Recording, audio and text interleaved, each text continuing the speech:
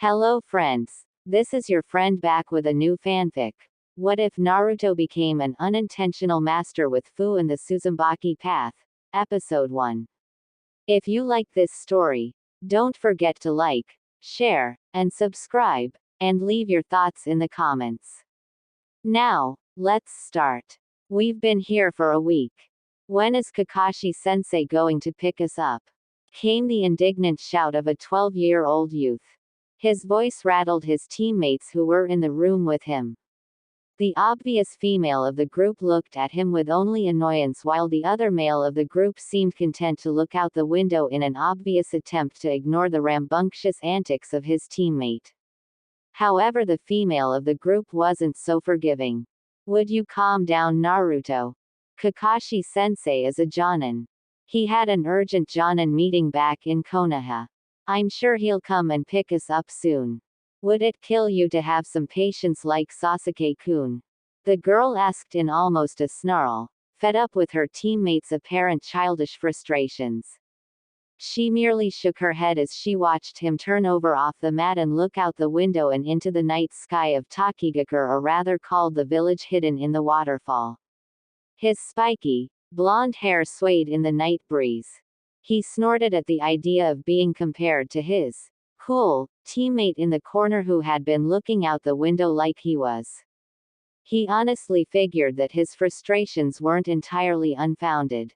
It had been a week ago that he and the rest of Team 7 had helped a shinobi from Takigakure by the name of Shibuki in escorting him back to his home. That was when Naruto had the crazy adventure of fighting the bastard, Suion, who tried to usurp Shibuki by using that special bottle of hero's water. Naturally, Naruto kicked him before he drew upon more of that strange chakra from before. Well, Naruto had helped a friend and Shibuki was going to become the head of the village like his father had intended. Naruto wasn't about to turn aside good fortune.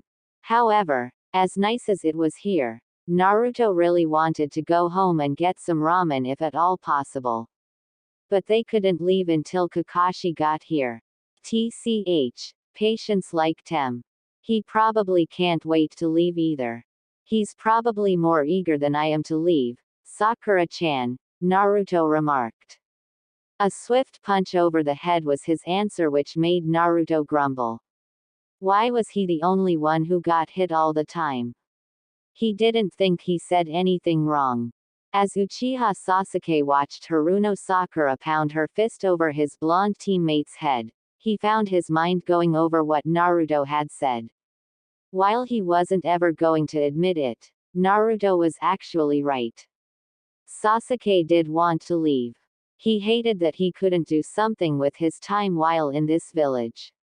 Because it was a different shinobi village, he couldn't train or practice techniques without allowing for the possibility of some foreign shinobi stealing them, treaty or not. Sasuke hated it when he wasn't doing something that could have furthered his goal. He too wished that Kakashi would hurry up with whatever he was doing and come get them so that he could go home and train. Though, as he said previously, he wasn't going to give Naruto the satisfaction of knowing that he was right about what Sasuke was thinking.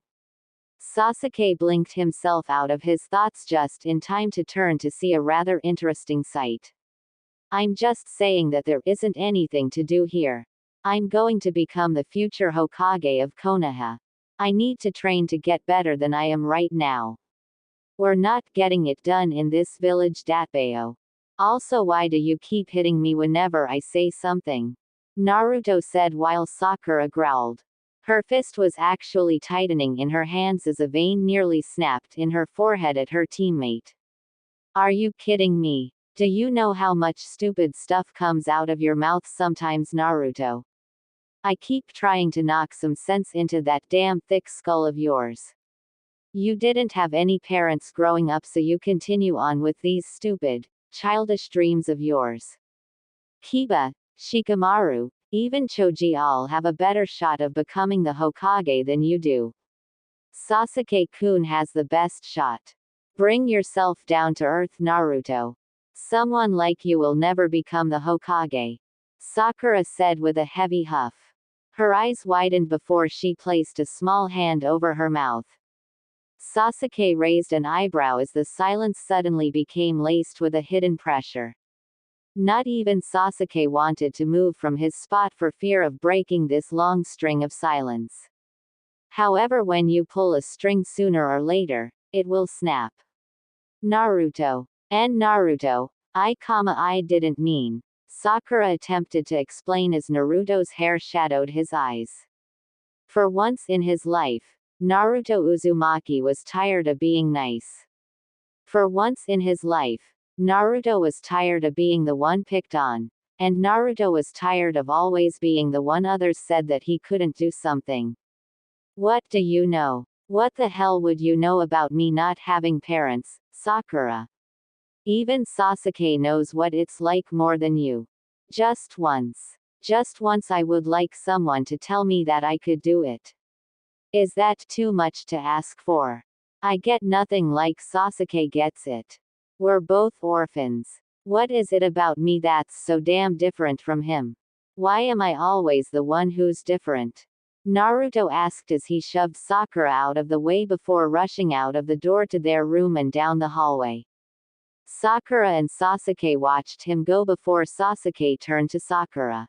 At that moment, Sakura wished Naruto was back because Uchiha Sasuke was giving Sakura one of the harshest glares she had ever seen in her time with the Uchiha heir. Sakura swallowed the lump in her throat. Uchiha Sasuke was not pleased. Naruto kept running and running. He didn't know how far he was from Takigakure, and truth be told, he really didn't care. The towns weren't very far for Shinobi that took to the trees at breakneck paces. It had only taken Naruto about half an hour to make it to the next town away from Takigakure, but in his rage that half an hour must have been like either 3 or 4 minutes. He couldn't stop the tears that fell down his face as he landed to the ground and huffed. Stupid Sakura. Stupid Sasuke. Stupid Kakashi. Stupid everyone else. Why is it only impossible for Me to become the Hokage? Why do only Iruka-sensei, Ayame-chan, and Tsuki-oji believe in me? Why can't my own team believe in me? Naruto asked. His only answers were the sounds of the crickets and other night bugs that came out when the moon did. With time, Naruto wiped his tears away. He swore to do no more crying. Crying solved nothing. He had spent too many sleepless nights crying about the situations that he found himself in. He resolved to do no more of that. He would make them all see. He would make them all see that he would become the Hokage, and he would earn the village's respect. He would earn both Sakura and Sasuke's respect. No one would say that Uzumaki Naruto was incapable of doing the impossible. Though Naruto calmed himself, he wasn't ready to go back yet. Sakura's words about him having no parents had truly hurt. It wasn't his fault that he didn't have a guardian. What did she know of the pain, the loneliness, the sorrow of wondering if even the people who gave life to you cared for you? She knew nothing. And just because she got that one luxury, that one privilege, she was able to gloat about it in his face. Now that was something Naruto wasn't going to take. I guess I'll just go to the town, stay a bit and then go back, Naruto told himself. He offered a small nod. That sounded like a good idea. Even Naruto needed some space from his team. So, with that plan in mind, Naruto made his way into the neighboring town from Takigakure. Its town lights were blazing as many people walked the streets. Naruto's eyes were nearly sparkling as he watched various employees of food stands attempt in vain to get other people to sample their products. He could see many, and he meant many people exiting either casinos or gambling hotels, either laughing or crying. Naruto shook his head. It was odd when it brought him back to his own gambling experiences. He remembered when he had a cheeky bet with Iruka. The man had been crying 2 days later at giving Naruto as much ramen as he wanted for a day. At the time, Naruto hadn't thought too much about it. but as he thought about it now it was actually rather funny. Naruto wasn't sure how much time had passed, but it must have been quite a while since he heard his stomach growl. Naruto groaned before he opened his frog wallet and glanced inside. He actually had quite a lot of money, though it wasn't compared to what he had in some of his scrolls at home. Naruto gave a rather small sigh. He supposed he could go into a casino. He was technically an adult, though Konoha was one of those villages that was rather edgy about allowing anyone under the age of 16 to do such things as drink, gamble, or other things. A very odd system of doing things, but it was to be expected. Gah, I want some damn food, Naruto shouted, not once remembering the vendors that he had passed to get to where he was. It didn't take long for Naruto to hear chuckling and laughing. He blinked as he looked up. Men and women in fancy-looking kimonos and suits were all walking into the forest. Naruto narrowed his eyes. He could never understand the ideas of the rich nor what they did with their time, and damn him if he would ever try, but he was curious. A peek couldn't hurt. Who knows, maybe they had some awesome food that he could eat. So, the wheels of fate, which Naruto still didn't believe existed, began to turn as Naruto trailed the people via the treetops. He couldn't make out much of what they were saying without exposing himself, but he could hear three distinct words. Buying, expensive, rare. What the hell are these people talking about? Naruto thought to himself. It could probably have been buying expensive or rare foods, a thought that nearly forced Naruto's stomach to give him away with a small growl. Naruto forced himself out of that idea if only so that he didn't get caught. He had managed to paint the entire Hokage mountain in broad daylight without anyone seeing him. A bunch of snobby, self-absorbed rich people with no formal shinobi training would be a cakewalk for him. It probably helped that his orange jumpsuit was dual-sided. Black on the inside and orange on the outside. Naruto just had to turn it around. Screw you orange haters. After about 5 minutes of walking, Naruto noticed the multitude of people beginning to funnel into a rather small house. How the hell could a house hold this many people? Still, when you grow up an orphan, you learn to pick up some hints. Naruto could tell something was off about the house. Why would this place have this many guards? Naruto asked. He could see at least 3 mercenaries in the room and 4 others guarding the 4 corners of the house. Each had a blade about as big as Naruto himself. Though Naruto hoped none of these guys knew how to use it like Zabuza. Just the thought made Naruto shiver. Still, this interested Naruto, even with the danger. Naruto was getting that food. Naruto was hardly unaccustomed to dangerous situations. If there was one thing Iruka always complimented about Naruto, it was that he was 2 things. He was unpredictable, and he had a very dangerous mind. Walking a couple of feet away from the house, Naruto gave a breath before he crossed his fingers. Kage Bunshin no Jutsu, Naruto called out and created 2 clones. With a firm grin, Naruto enacted his plan. He and the 2 clones fell behind the cover of some trees as they watched people pass. Naruto saw one man who was lagging behind the rest. He ordered the clones to move. They quickly pulled the man into the bushes as Naruto knocked him out and laid him against the trees. You might be thinking, Naruto Uzumaki, stealing and kidnapping.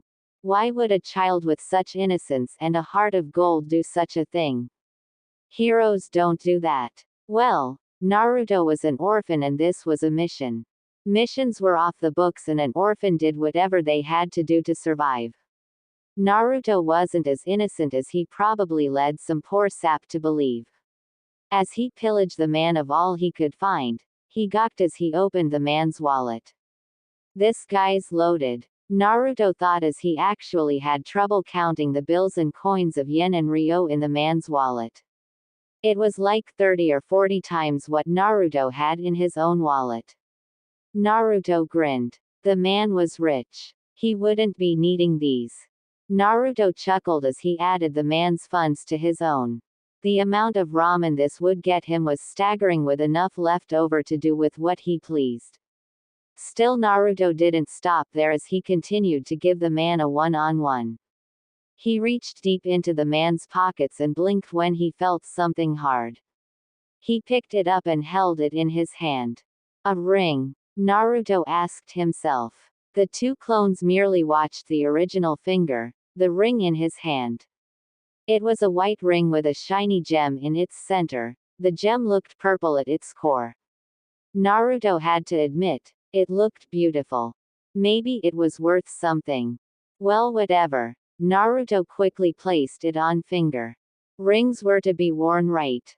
Though it did look tacky. Having all that he needed, Naruto tied the man up and then left him before he turned to his clones. "You guys know the drill," he said. They both nodded before they gave the same hand sign, and a puff of smoke covered their forms. The attendee to the door sighed in relief. Finally, the people were settled. This job. Why couldn't rich people have better things to do with their time? But he was getting paid for this, so it wasn't like he cared either way. "All right, boys. Let's lock the..." He paused when he heard more walking. He looked and noticed a boy with yellow hair, blue eyes, and whisker marks walk into his vision. He wasn't alone, as he was surrounded by two other mercenaries, each with a sword at their waist. One female and one male surrounded him. The mercenaries that guarded the building narrowed their eyes, but the attendee stopped them from moving. He gave a rather small smile as the blonde boy stopped in front of him. "Isn't it past your bedtime, little man? This isn't a place for kids," the man said. Truth be told, he was talking out of his mind. There had been too many instances where young lord or young ladies had been to this type of thing. Sure, they had guards, but usually they were with their parents. This was a little suspicious after all. Forgive him if he would have a little fun. The boy snorted as he looked up at the man. His hard blue eyes glaring into his form. "Ah, I feel like Sasuke," Naruto thought before he took a deep breath. "My parents thought I would be fine on my own. I don't see why they needed to bring guards with me. It's my birthday. Satu-san and Ka-san said I could get some tasty eats," Naruto said. He hadn't expected the attendee to laugh as he held his stomach and hunched over.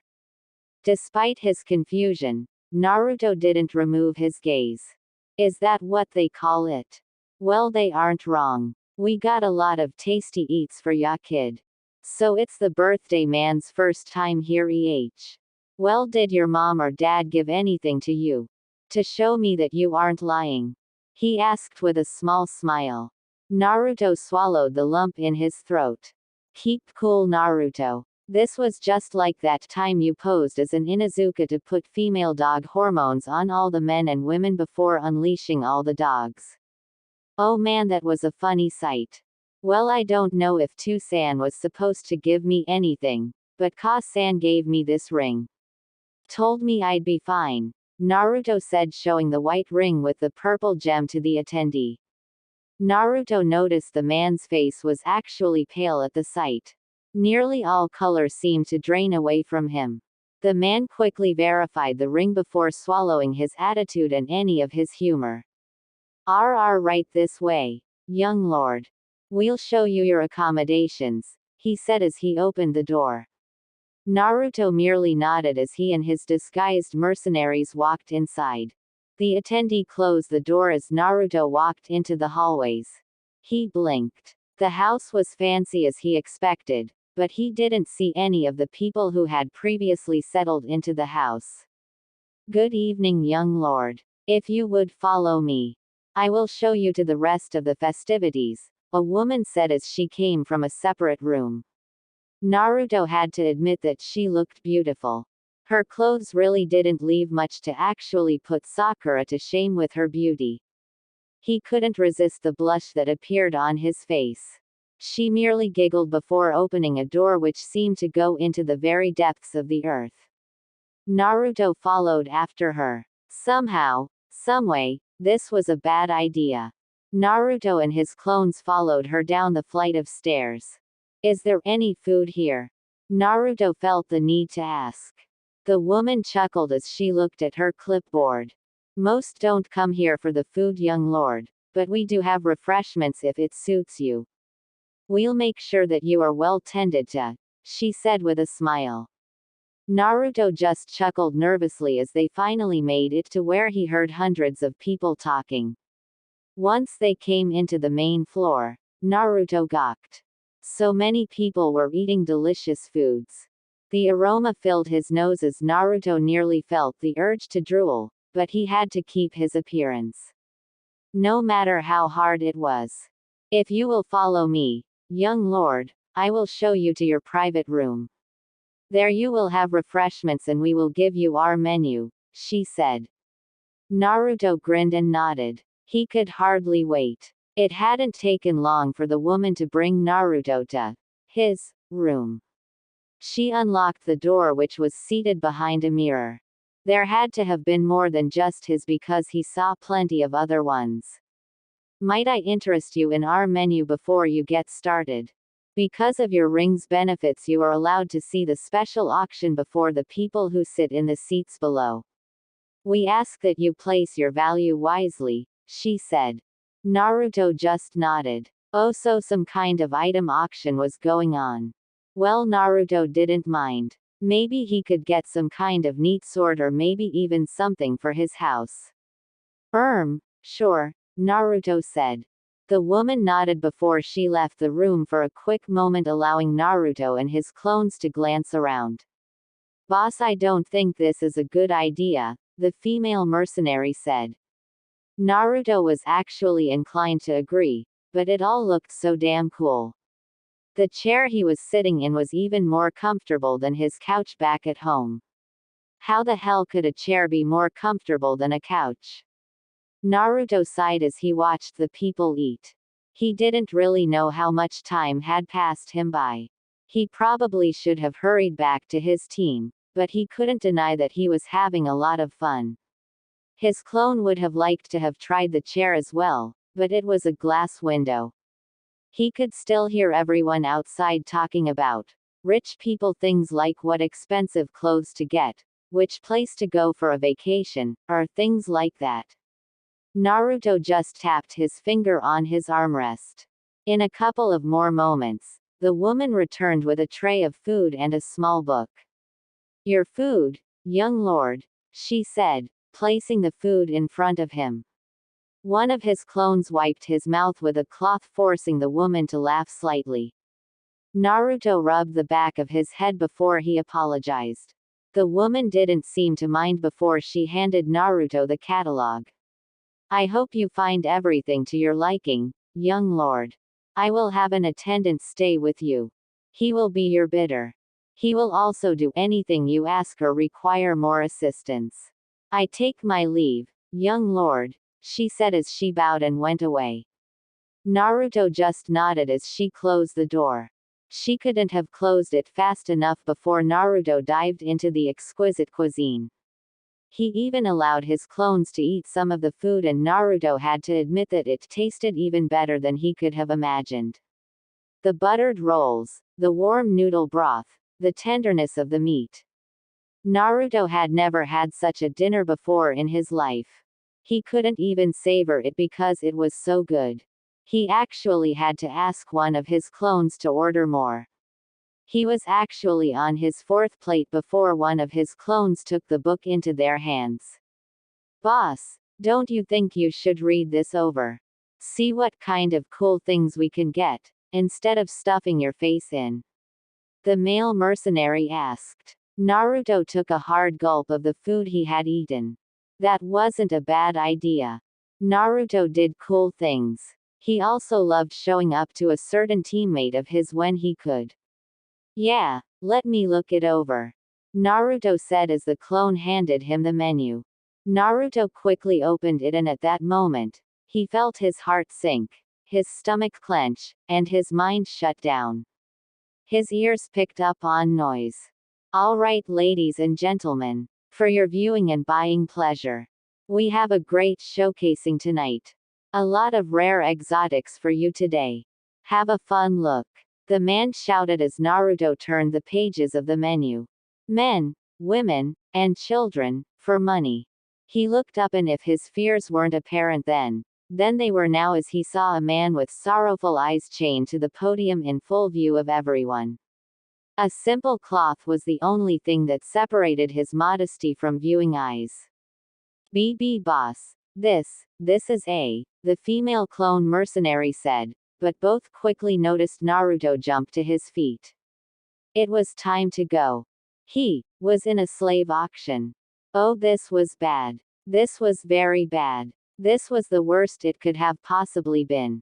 Whoever said Uzumaki had good luck could go and shove a sword where the sun didn't shine." Naruto bolted for the door and grabbed the handle. His clones fell into pace with him as he opened the door.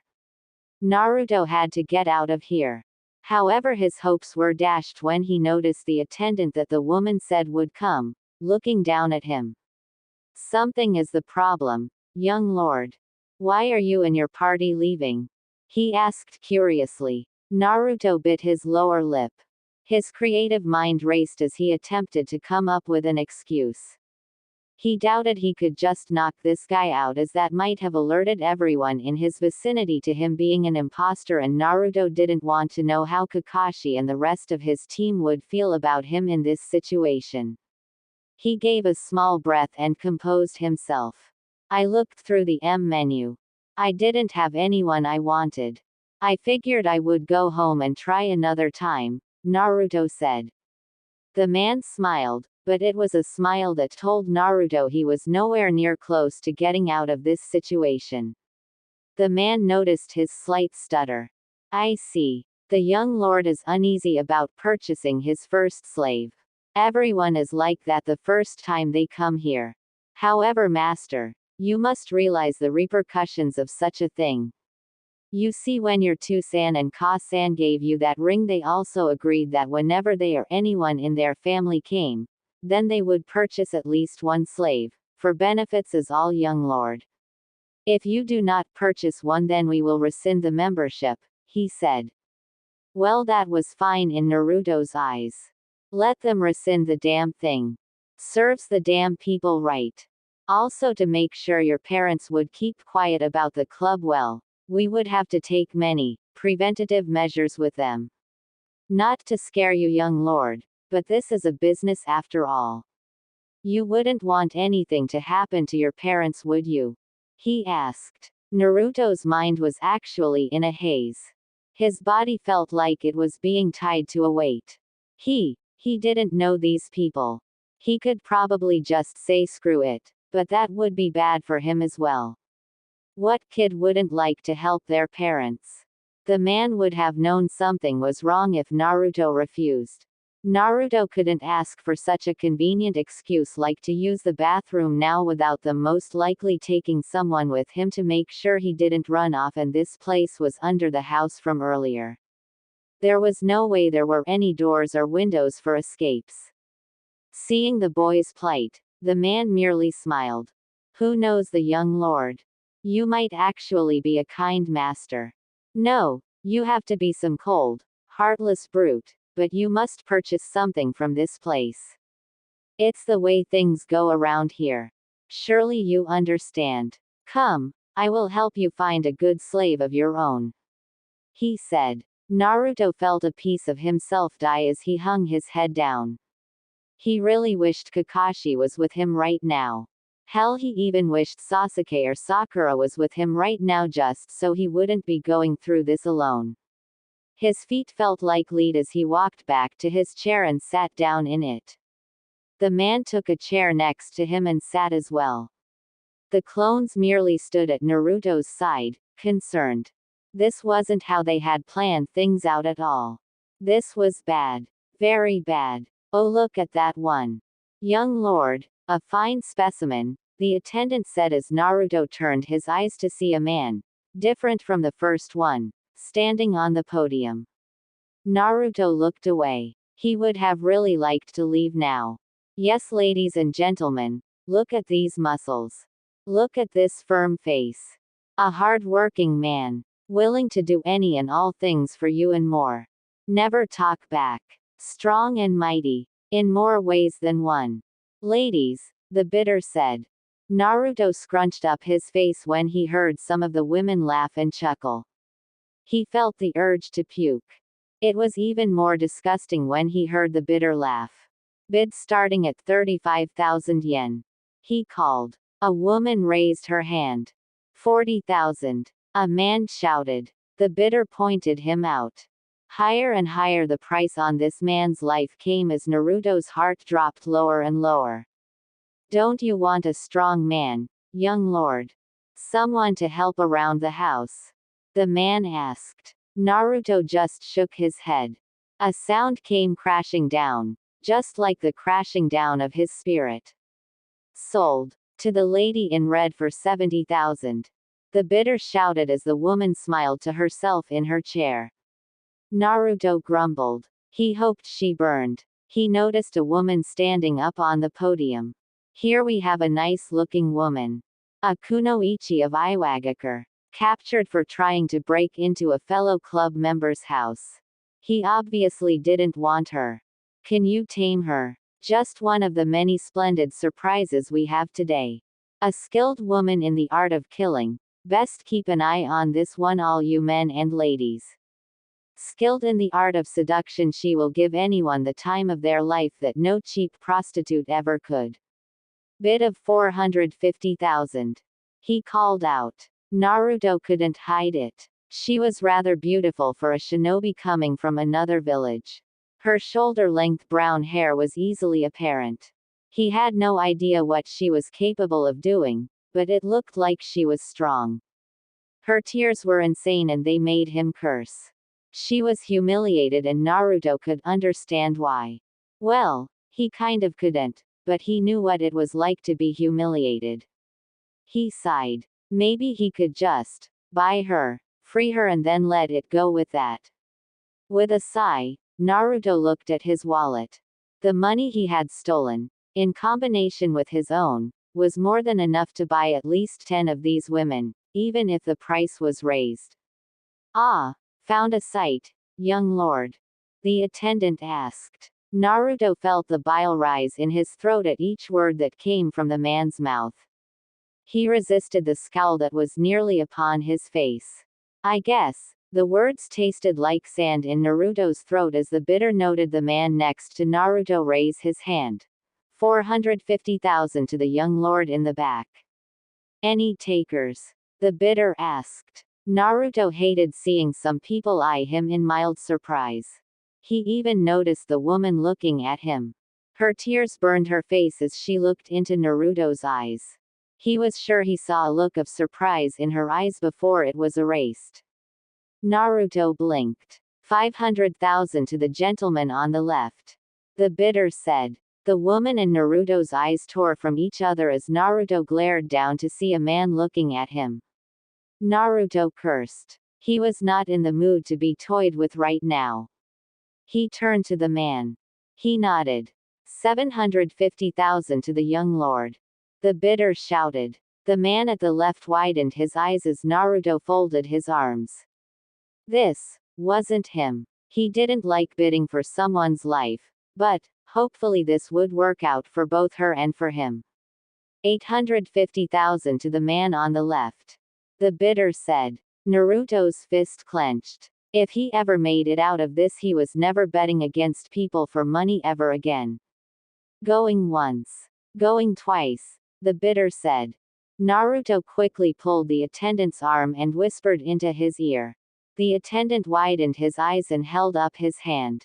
1 million ryo for the Iwa Kunoichi. The bidder shouted. People murmured as they looked at Naruto.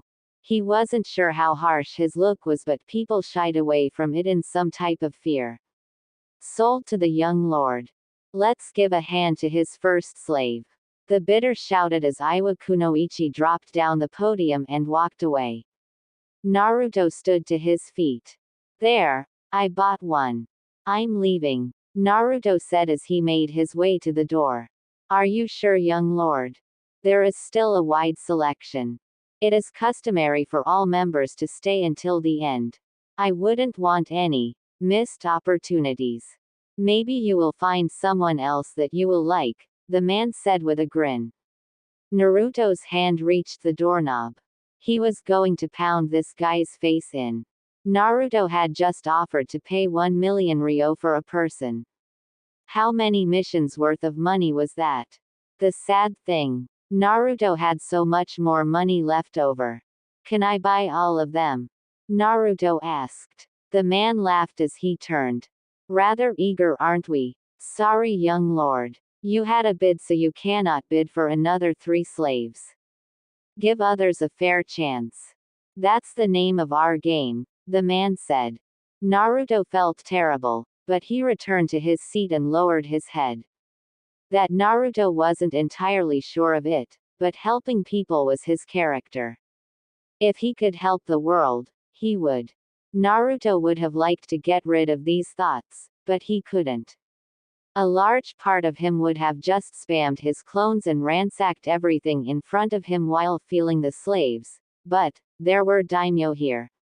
If this somehow traced back to him in Konoha, would the village be in trouble? Naruto didn't want that.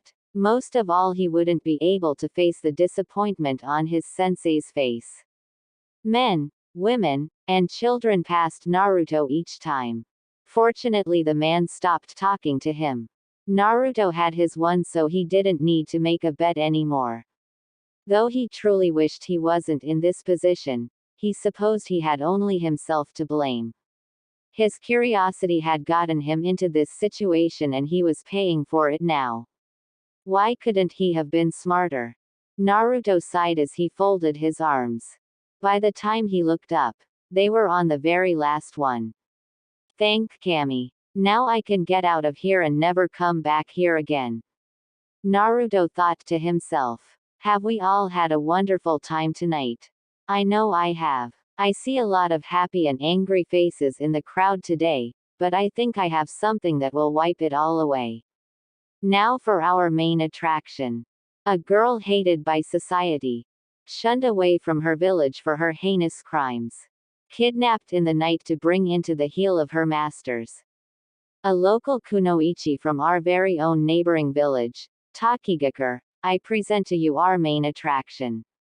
He shouted. Naruto blinked as he looked down to see a girl, his age. Her green hair shined in the light. Her orange eyes stared fearfully, yet angrily, at everyone. Her dark skin was like the skin Naruto hadn't seen before. He could see the many lacerations on her skin as well. She had been struck. A lot. Just like he did when he was younger. He sympathized with her. Plus they were close to Taki. He could return her right now. Ah, but you wonder what makes this little tot so amazing that she is our main attraction. Well, have you ever heard tales of the Biju? Powerful monsters of destruction so strong that not even legions upon legions of shinobi could successfully take them down. So strong that one nation would pay to have its economy to have one. Well, our little tot happens to hold one of them. That's right, ladies and gentlemen, you are bidding for your very own Jinchuriki. The man called out. Naruto's mind froze. He didn't understand the term, Jinchuriki, but everything else he heard. She had a Biju. She was just like him. Naruto swallowed the lump in his throat. If he could help no one else, then he would help her. We started the bid at 3 million. The man said. Naruto widened his eyes. 3 million ryo was for a Jinchuriki. Naruto shivered, but he couldn't even catch his breath as nearly everyone raised their hands. 4 million, 5 million, 9 million, 10 million. Any more bids? The bidder asked as Naruto turned to his attendant. Fine, you wanted Naruto to bid so much. Naruto would make sure that none of you ever raised your damn hands again. Naruto grabbed the man's arm and stared into his eyes. The man was almost surprised when Naruto growled into his ear. The man gasped. He stared into Naruto's eyes. He nodded. He turned to the bidder and raised his hand. The bidder shivered. 3.30 million for the Jinchuriki to the young lord. The man said as people gawked. Some glared hard at him, but Naruto glared back even harder, practically daring them all to challenge his bid. The tacky girl looked at him for a moment before she looked back down at the ground. Sold to the young lord for 30 million. The bidder said the sound of its state came hammering down. The guards took the girl away as people began to file away. Naruto stood to his feet and walked for the door. His clones and his attendant followed him. Impressive bids, young lord, but before you acquire your new assets you have to pay for them first. Please fill out this form as we walk towards the payment stand, he said. Naruto just nodded, sick to his stomach of the night. He was physically, mentally, and spiritually exhausted. Do slaves ever go free? Naruto felt the urge to ask. The man laughed. Well, I know there are masters who will keep their slaves until the exact moment that slave dies. Other kind masters allow their slaves to work a while and then let them leave. However, that's for normal slave auctions, young lord. That doesn't happen here. When you bought your slaves, you bought every single legal right that they own. They are yours now, until you or they die, he said. Naruto blinked. He didn't want to hear that. What if I don't want slaves forever? What if I don't want them anymore? What if I just want them to leave me alone? Naruto asked. Rather angrily, the man noticed. It was necessarily hard to find out the young lord's ultimate intentions. Well, then you have merely just wasted 31 million ryo on 2 slaves who cannot leave your side. I would make peace with that now, the man said. Naruto stopped walking. His intentions had been utterly destroyed. Naruto looked down at the ground, but he soon followed on. This was going to be tough to explain. Naruto and his attendant came to the payment area. Naruto, having filled out the form, gave it to the man behind the desk. He then pulled out the wads of ryo, yen, and coins needed to, Naruto growled, pay for his slaves. Naruto gave the money and the man had the gall to smile pleasantly. Good doing business with you, young lord. Now if you don't mind heading to one more place we will get you acquainted with your seal, he said. Naruto didn't even have the time to ask before he was dragged away. Hey, put me down. What are you drawing on me? Naruto asked as he kicked his feet in a chair. Please calm yourself, young lord. This is merely your master seal, that is all. Your assets are getting theirs as well. No, they cannot be a village's perimeter away from you. If they are, then the seal will activate and electricity will surge into their brains, killing them instantly. It will also activate in brief periods if they attempt to cause you harm. You may activate it yourself if you prefer to truly force your will. A lot of masters do this. Nothing too much. Just keep the slaves in line, the attendant said as Naruto shivered. That's what they meant when they said that they couldn't get away.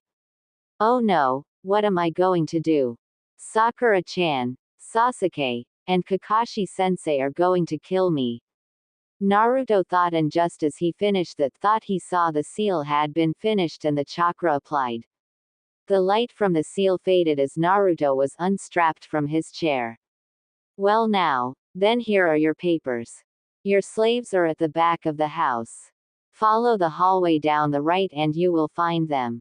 Have fun, young lord, the attendant said with a wave as Naruto swallowed as he and his clones walked off. Naruto felt like he had hit rock bottom. He bought people. He gambled with people's lives. He participated in slave trading. He was a master now, of slaves. Naruto felt one of his clones touch his shoulder. It's done, boss. Should we dispel? The female mercenary asked. Naruto nodded, confident that no one was following him now.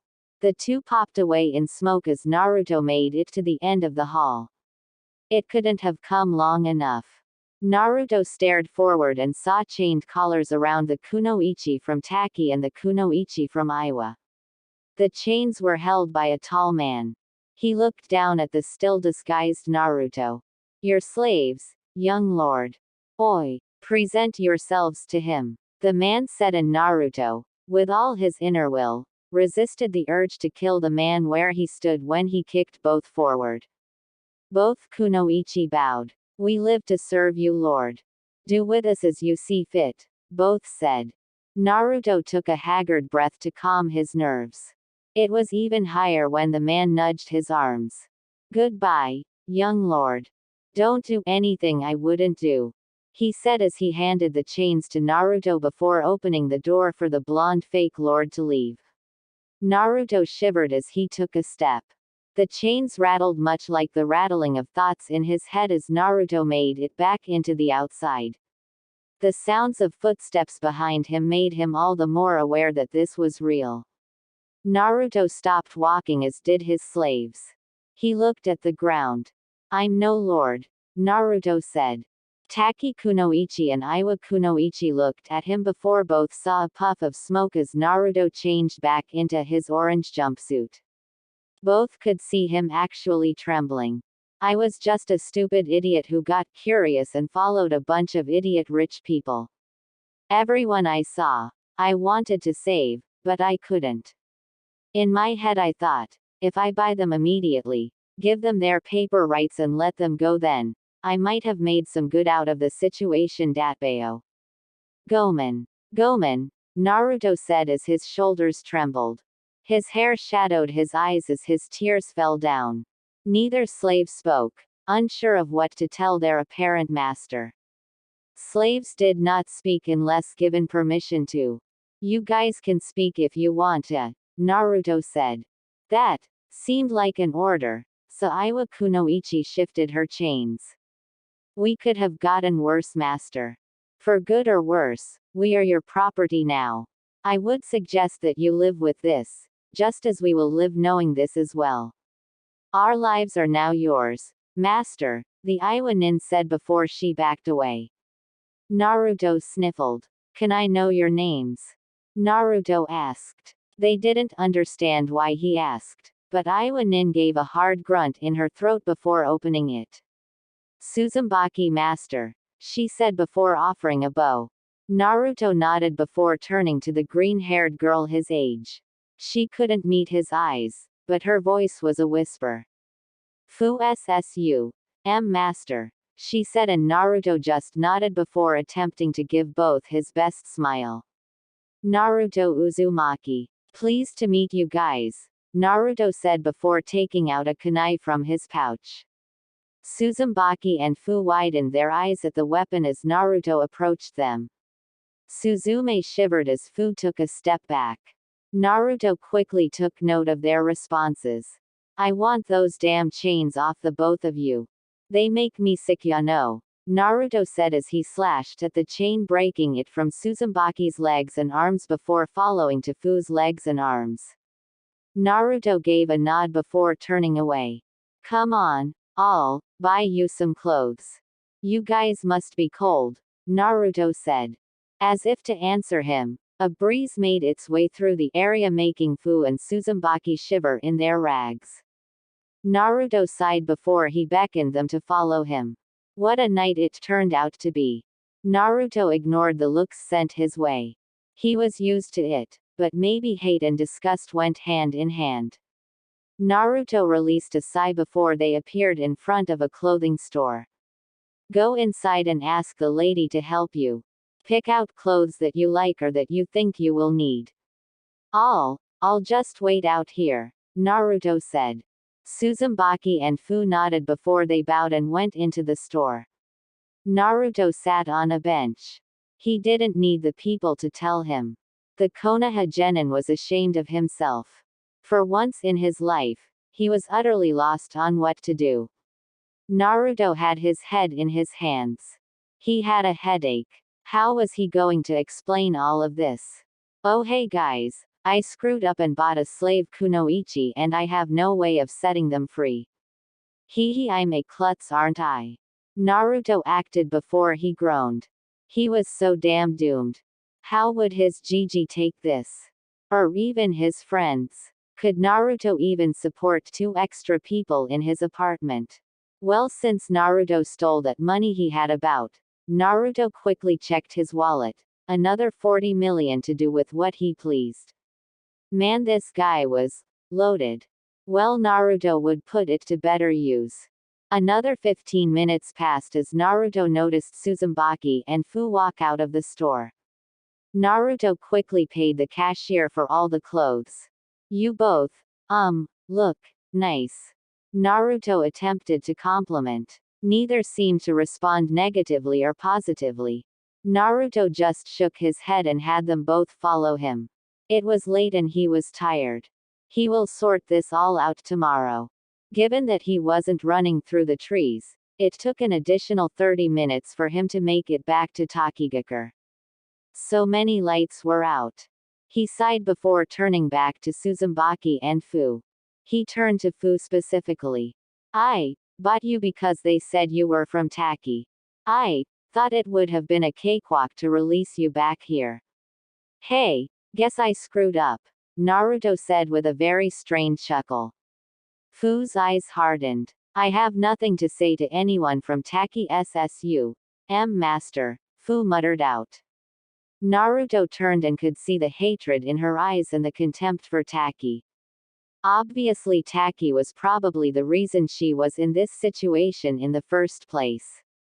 He didn't like hearing them call him Master, and he could order them to stop, but that wouldn't change the situation or their dynamic.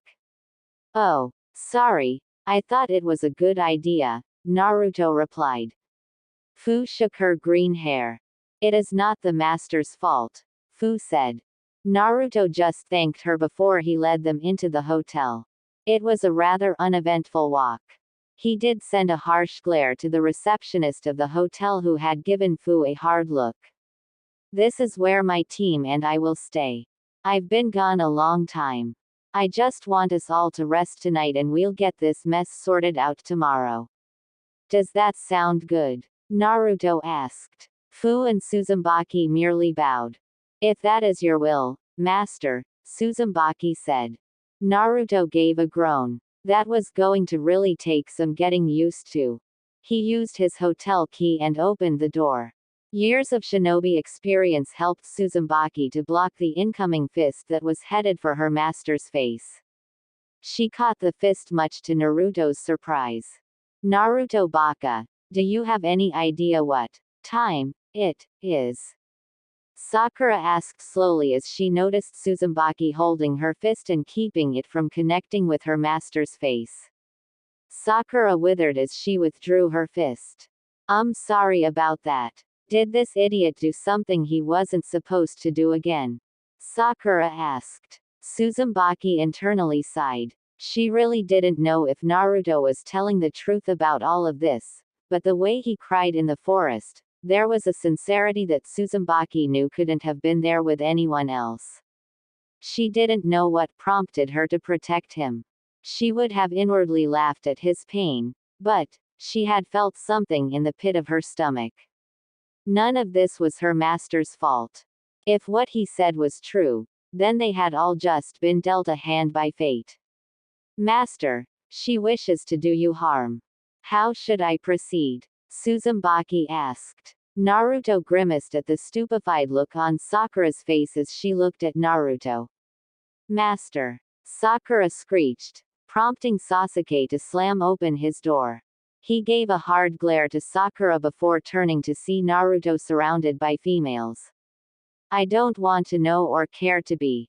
It's late. Kakashi will most likely pick us up tomorrow. Explain this then. Now Sakura, shut up so I can sleep, Sasuke said before he closed the door harshly. Sakura deflated. Great, she had made Sasuke-kun angry. Naruto sighed as he scratched his scalp.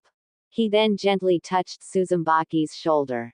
It's okay, Suzumebachi-san. She's right. I was gone too long.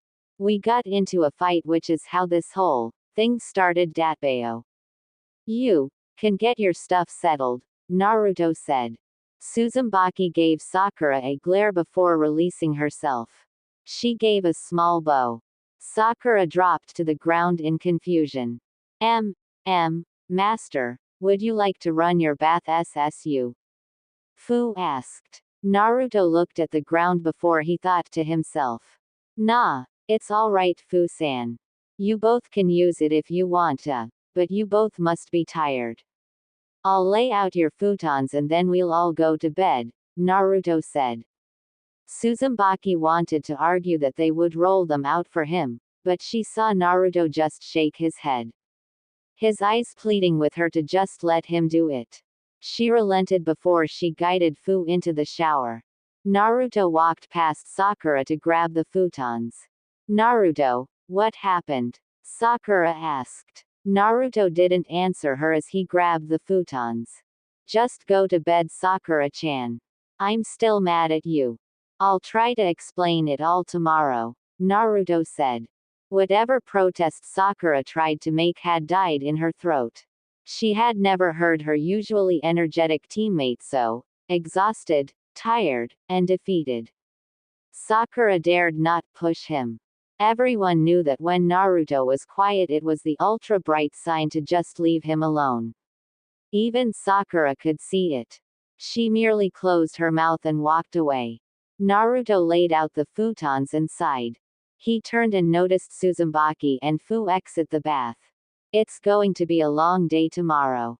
For all of us. Let's get some rest, Naruto said. Both nodded and slipped into their futons as Naruto turned out the light. He got into his futon as well. He turned over in his sleep. A lot. Kakashi hadn't meant to be late. The meeting had taken longer than he had anticipated. He had hurried back to his team as fast as he could. Now that he was here, he could tell that something was up. Never mind the 2 additions of female members to the team, but also the fact that Sasuke and Sakura seemed to be looking at the usually more energetic member of the group with something akin to sheer disbelief written on their faces. The fact that Naruto looked like he had just been pulled through a ringer, stretched and then pulled through a ringer again didn't inspire the best of happiness out of their Jonin-sensei. Kakashi sighed. He knelt before Naruto. He didn't miss the shame that appeared in Naruto's eyes. Now wasn't the time to be strict, but to be understanding, just like his own sensei. Care to explain this all to me, Naruto? Kakashi asked in an understanding voice. Right now, Naruto looked like he really needed to let this out. Kakashi would allow him to do so. Sakura and Sasuke turned to Naruto. Naruto looked back at Suzumebachi and Fu for a moment. He then nodded. Naruto regaled Kakashi with the story of his fight with Sakura, which Kakashi sent a light glare to Sakura, which told her that they would be having a talk later as well. Naruto then told him how he wanted space from the team for perhaps an hour or so, which had him spending time in the next town over. He then told Kakashi about walking through the forests feeling hungry. That was when he noticed rich people walking towards the house. Naruto assumed it had to be some kind of fancy restaurant, so he transformed to look like a young lord to get into the place. Naruto might have skimmed some details on the exact hows of doing it. He then told of his experiences as someone mistook him for the young lord of a very rich family, giving him their member ring. He told about his experiences at the slave auction and his thoughts while he was there. Upon discovering that he was a part of a slave auction, he tried to leave, but they said that he couldn't without purchasing at least one from the auction.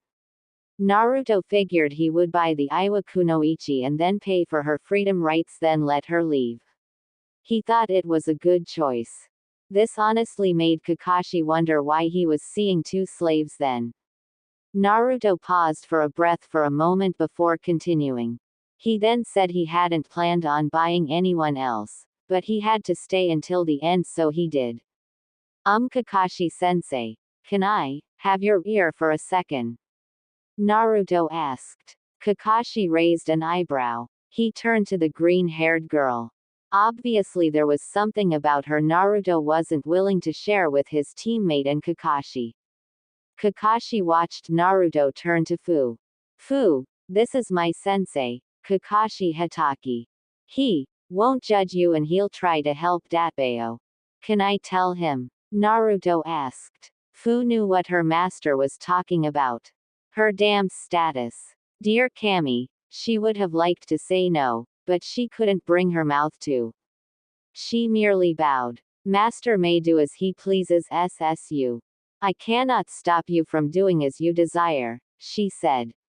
Naruto didn't like her response, but it was the best he would get. He nodded and turned back to Kakashi. Kakashi turned his ear and Naruto whispered about the slave auctions information on Fu not only being from Taki, but also being the holder of a biju. Kakashi widened his visible eye and his entire brain nearly shut down from those words. He had heard rumors that Taki had a Jinchuriki, the Nanabi, if he remembered correctly. That was odd. If a Jinchuriki's status was anything to go by, then sure they weren't well liked, but they were their nation's weapons. No one would want to get rid of one so easily. Kakashi widened his eyes. Unless the village didn't have a leader or the leader didn't know about it, Kakashi said to himself. For the Jinchuriki of the Nanabi to be sold in a slave auction. Kakashi could see now why there were two slaves. It made sense. Naruto had a rather unusual tendency to try to help others. Of course he would try to help her. It's because Naruto sympathized with her. Kakashi would have to make his analysis of that latter. He wanted Naruto to finish. So Naruto did. He then told how he managed to outbid the other competitors to purchase Fu. He then would have been about 1,000 to 3,000 ryo to pay for Fu and Suzumebachi's freedom, but then they gave him a seal which essentially made him their master until his very death. Naruto took them home and bought them clothes before telling the story to Sakura and Sasuke. When Naruto was finished with his story, Kakashi was absolutely floored. Slavery, while common in the elemental nations, was frowned upon by many people. Now Kakashi wasn't going to make his village a hypocrite and say that there weren't any slaves in the village, but the slave-master ratio in Konoha was very much below average in comparison to the other nations. Kakashi was sure some of the clans had slaves of their own, but just wouldn't say such a thing out loud and to the public.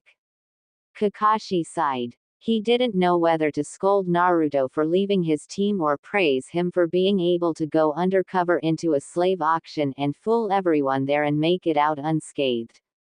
That didn't happen to a lot of shinobi. It did concern him that Iwa Kunoichi and Taki Kunoichi had to be his slaves. Generally enemy shinobi weren't allowed into the village, and even if they were, then the only sight they were seeing was the T&I department. Naruto was their official master. He could have it that they did not go to the T&I department. Slaves didn't answer to the Hokage, but to Naruto. But one of these was a Jinchuriki of all things. That was an interesting story about Naruto, Kakashi said. Naruto, Sasuke, and Sakura looked at him. Kakashi-sensei, you believe him? Sakura asked. Truth be told, Kakashi didn't want to believe him, but Uzumaki Naruto was a horrible liar, or so he thought, because he got into the auction somehow. Well, he showed us the seal and the two over there continually called him their master. I think this story has some truth to it, Kakashi said. Sakura and Sasuke turned to Naruto to see the blonde giving a somewhat small smile.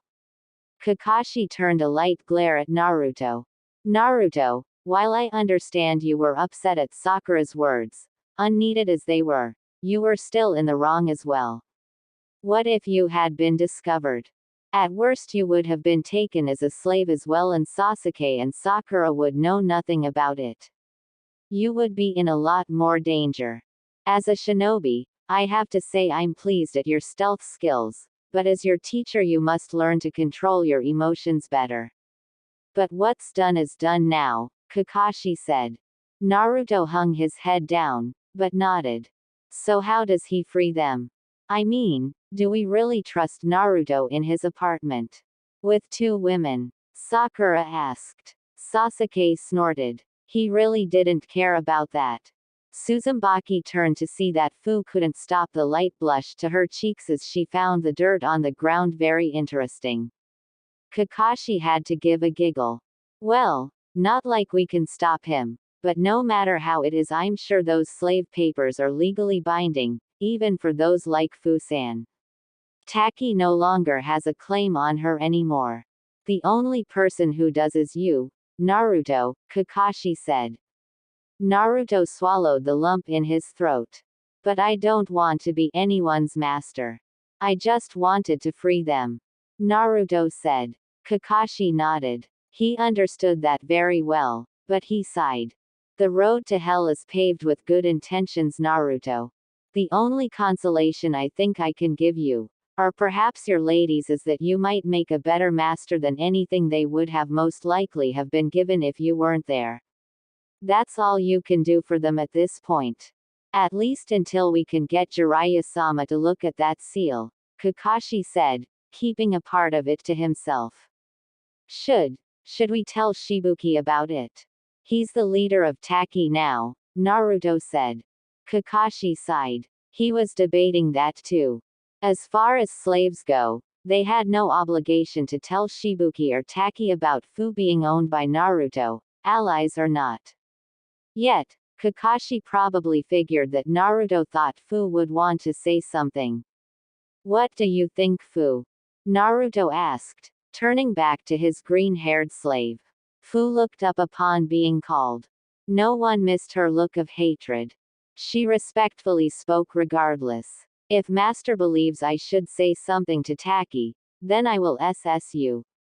However, Master, when you asked me last night how I felt, I still feel the same. I have nothing to say to Taki, Fu said. Sakura and Sasuke could hear the ice in her tone as could Kakashi. Betrayal from one's village could do that to a person. Naruto just nodded a little sadly. I see, Naruto said. Fu merely nodded, but she couldn't stop herself from speaking more. Master, if I am allowed, I would like to retrieve one thing from my house. It is the only thing that holds any value to me in Taki anymore. Oh, there then, Master, of course, Fu said. Kakashi narrowed his eyes. It was probably unlikely that she would run away. Runaway slaves were treated very harshly, but given how Naruto explained to Kakashi that the seal should work, then that wasn't the case. Naruto wasn't thinking about such things. Sure, Fu, we'll wait by the village gates. Grab what you need and then we'll all leave, Naruto said. For once, the green-haired Jinchuriki allowed a small smile to come to her face before she thanked her blonde, same-aged master before she quickly moved back to her house. Kakashi-sensei, are we really allowing this? Are we allowing him to keep slaves of all things? This isn't right, Sakura argued. Kakashi turned to her. Whether it's right or not isn't the issue, Sakura. It's legal. Naruto's done nothing wrong as per the laws of society. You, Sasuke, or even I could acquire slaves if we so desired. It's not a perfect world, otherwise we would have need for 6 to 12-year-olds to learn how to kill, Kakashi answered her. Sakura slumped. Truthfully, Sasuke didn't see the problem. His clan had slaves when he was growing up. Or was the term indentured servants? Was there a difference between slaves and servants? Sasuke wasn't sure, but he wouldn't lie that he hadn't thought about getting a slave or two like his father and his clan had. But his mother was a very touchy subject on the matter. She loathed it to the core. Master, I will go collect your things and the rest of our things. Are there any other things I should make note of? Suzumebachi asked. Naruto quickly turned to her, a little miffed. No. Thank you Suzumebachi-san, Naruto said. The former Iwa nin nodded before she went back into the hotel to get Naruto's things. Naruto just watched her leave. Kakashi-sensei, what am I going to do? I don't know how to be a master or take care of others. I never wanted this. I just wanted. Naruto shivered, but a hand on his shoulder from Kakashi stopped him. Just take it one day at a time, Naruto. That's all you can do. We'll explain it to the Hokage when we go home. That's the only advice I can give you, Kakashi said. Naruto just took another breath and nodded. He was glad his sensei wasn't too hard on him. It hadn't taken long for Suzumebachi to return with her things, Fu's things, and Naruto's things. It was an uneasy walk to the village gates, but they made it and only had to wait another 5 minutes for Fu to arrive, carrying an orange cylinder cloth on her back. Thank you for allowing me to bring this master. That's all I have left SSU, Fu said. Naruto merely nodded and offered her a good smile. So, this was his life now. This wasn't what I had in mind Suzumebachi-san. Fu-san, but if we're really stuck together then I'll try to be the best master in the world. You have my word on it Datbeo. Naruto remarked. Fu and Suzumebachi didn't know how to feel about that, but it seemed that as far as masters went, they probably had it as good as they could have gotten. For her own sake, Suzumebachi sighed. She really wanted to go back to Iowa. Konoha was Iowa's enemy. She was going right into that village, with the same status as an animal with no rights. She didn't like it at all and she hated her team for assigning her to that mission which landed her in this position in the first place. We are forever in your care, Master, Suzumebachi said. Naruto just nodded while Kakashi, Sakura and Sasuke watched the interaction. Kakashi noticed the looks on his genin before he pulled out his orange book. Ma, life is full of interesting things my cute little genin. This is just a big step in Naruto's life. Now then, let's return back to Konoha with a successful mission, Kakashi said. Sakura and Sasuke nodded and so did Naruto. Seeing that everything was packed, Team 7 left Taki gates, with a couple new additions. Kakashi wasn't going to lie. The addition of Naruto's 2 purchased assets was going to change his team's dynamic. It wasn't even that their purpose or function was different, but, given that Naruto told Kakashi about the limits that both girls could be, a distance from him, then Kakashi knew that Team 7 was going to have to get accustomed to Naruto having his slaves in nearly every single mission. It essentially hinged on their lives as well. Kakashi wasn't looking to test out the limits of the seal as well, at least not without Konoha's residential seal master for confirmation. Kakashi grimaced at himself. Even saying the word, slave, left a bad taste in his mouth. This wasn't even like in Ika Ika where there was that one part with the main protagonist, Aikika, and his love interest, Huki, having a master-slave role-play fetish. That was a good story. Yet this was real life and Kakashi definitely found it unappealing. He couldn't imagine Naruto's mindset. Sasuke looked like he didn't care, but obviously Sakura did. Even with the scene in front of them, Kakashi could see that certain actions were angering the female of the team, but she would have to learn to curb it. As much as Kakashi was against it as well, legal issues were just that, legal. In the eyes of the law, Naruto wasn't in the wrong. Though perhaps on morals themselves, Kakashi could see Naruto's uneasiness in accommodating both. I will go to the pond and refill your bottle master, Sasuke, Sakura, and Kakashi heard Suzumebachi say as she picked up Naruto's empty bottle. Naruto quickly turned to her. Why you don't have to do that Datbeo? I can do. Naruto didn't get to finish as the former Iwa Kunoichi bowed and walked away. Naruto nearly deflated. Kakashi sighed. It looked like Naruto would have a rough time settling into his new, unwanted role as a master from his actions 3 days ago. Kakashi turned an eye and noticed Sakura suffocating her chopsticks in her hand as she struggled to eat her food. Sasuke didn't seem to have a problem as he seemed content to ignore his blonde teammates' interactions. Even when he doesn't want to be, Naruto is still unpredictable, Kakashi thought. He had never encountered this situation before. Oh sure, he had dealt with my clients that had slaves and even worked for some of them on mission orders. Kakashi had seen many slaves mistreated by their masters and he was still ashamed to say he never did anything about it. How could he? Once Naruto, Sasuke, and Sakura were finished eating, everyone watched as the Taki Kunoichi, Fu, collected Naruto's dishes. I will wash these for you quickly, master, Fu said as she picked up the dirty plates before moving to the pond that Suzumebachi had been going to. Naruto wasn't able to make a protest in time before Fu vanished into the trees.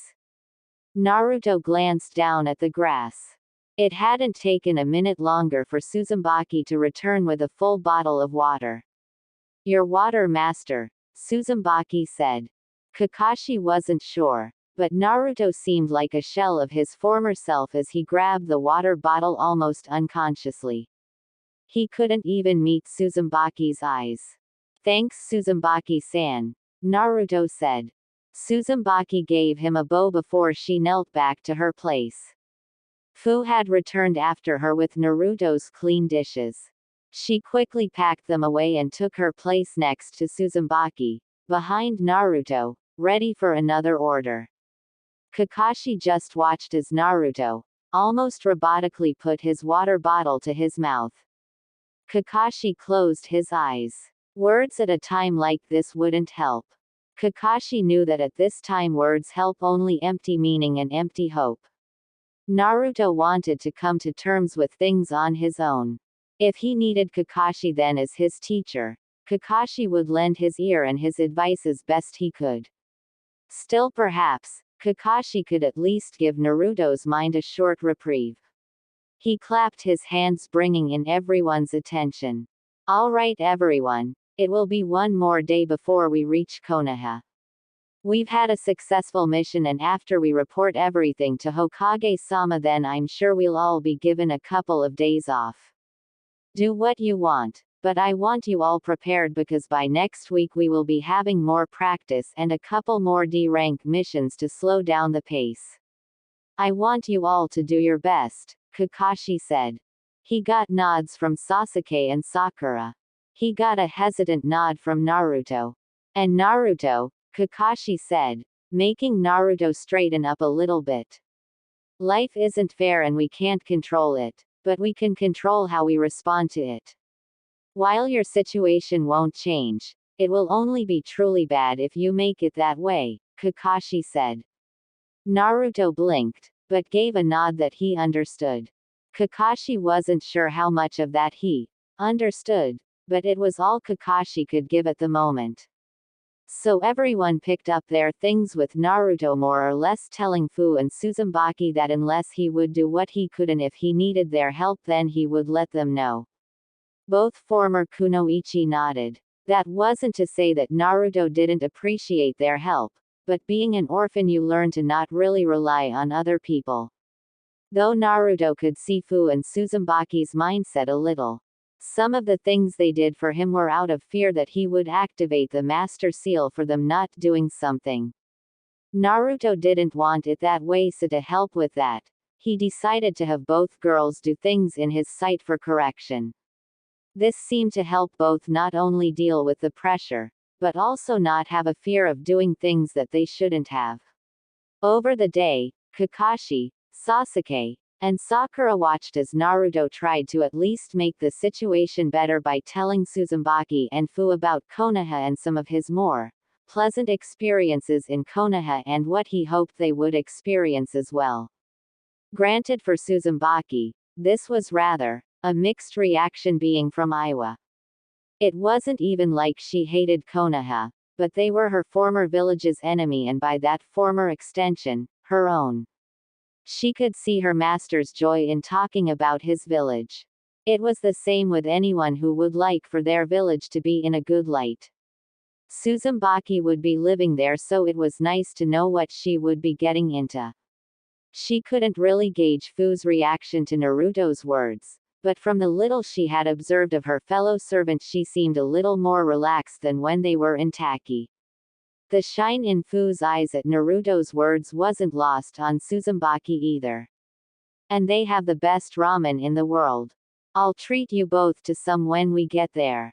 I think you'll like it, Naruto said. Suzumebachi and Fu nodded. Both couldn't deny that they held some interest in seeing Konoha. From his place, Kakashi smiled lightly. It looked like Naruto would be just fine. That day went by rather quickly in Naruto's eyes. He wouldn't lie. He was dreadfully nervous. He didn't know how his Gigi would take this news and he hoped that he wouldn't be too angry with him. If there was one thing Naruto never liked seeing, it was disappointment in other people's faces on him. That emotion usually hurts a lot more than any words could. Naruto wouldn't lie. He still didn't like having slaves and he doubted he ever would, but Kakashi was right. Naruto couldn't run from this situation and his moping around wouldn't change it either. He had promised Fu and Suzumebachi that he would be the best master he could and he meant that. That wasn't to say he wasn't prone to lapse back into his half-conscious half-unconscious state, but he seemed to be better with it. At least from the past 3 days he was dealing with it prior to leaving Takigakure. Your village is really amazing, master. It's much bigger than Taki SSU, Fu said. Naruto grinned at her compliments of his village, even though technically it would of course be bigger than Taki since Konoha was one of the 5 great shinobi nations. Still, a compliment was a compliment. Ya got that right, Datbeo, Naruto said. Suzumebachi glanced down at Konoha. For the longest time, she had been taught about how the 4th Hokage had won the 3rd Great Shinobi War through his infamous technique, the Hiraishin Jutsu. Suzumebachi had never seen Konoha until this day except in some of Iwa's textbooks and some random pictures. It definitely deserved to be called the village hidden in the leaves. Trees, and more trees surrounded the place for miles. From a distance Suzumebachi could appreciate the natural landscape that surrounded Konoha. It is nice, Suzumebachi commented offhandedly. The air was a lot cleaner than in Iowa. Being so naturally high in the mountains and the earth, the air was thicker. Perhaps not as thick as Kumogakure's air, but it was certainly close enough. Suzumebachi could appreciate good air when she felt it. Well, we hope you'll come to like it here. I do wish it was under better circumstances, Kakashi opted to say. Suzumebachi and Fu released their breaths, remembering their situation. It would have been nice to forget that for just a moment. Naruto sent a light glare to Kakashi in response. The Jonin rubbed the back of his head and apologized. Slight slip of the tongue. Well, shall we get a move on? Kakashi asked. Naruto took a calming breath and nodded. Sakura and Sasuke nodded as well. So, with that, everyone entered the village of Konoha. Fu and Suzumebachi took their last calming breaths.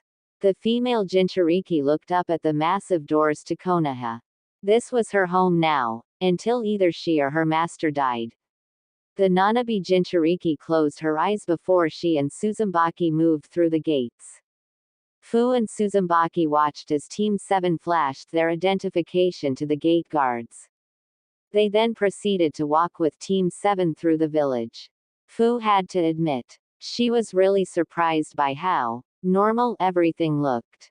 Not like she had a true opinion on Konoha in the first place, but it looked like her own village only, a few times bigger. She and Suzumebachi saw many people walking the streets, talking and laughing, much oblivious to the true cruelty in the world that Fu had just experienced. Kids laughing and playing in the streets.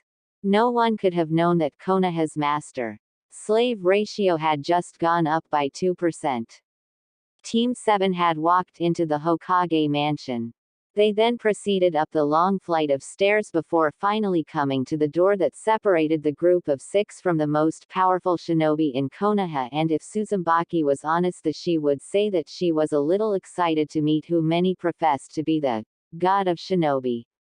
One that even that old bastard Onoki had to give respect to. "Master, are you okay?" Fu asked, alerting everyone to see Naruto breathing rather heavily. He strained a laugh. "Why yeah, just nervous datbayo. That's all," Naruto said. Kakashi gave him a pat on the shoulder, encouraging the blonde Jinchuriki as best he could. Sasuke and Sakura didn't speak, but at least Sasuke could understand why Naruto was nervous. Sasuke didn't know the Hokage's views on slavery or whatever was going on here with Naruto, so it stood to reason that Naruto wouldn't want to make the Hokage angry. "Just hurry up and tell him, Naruto. Maybe he'll do something about the seal. He might even be able to free those two." Sakura made the vain attempt to encourage him.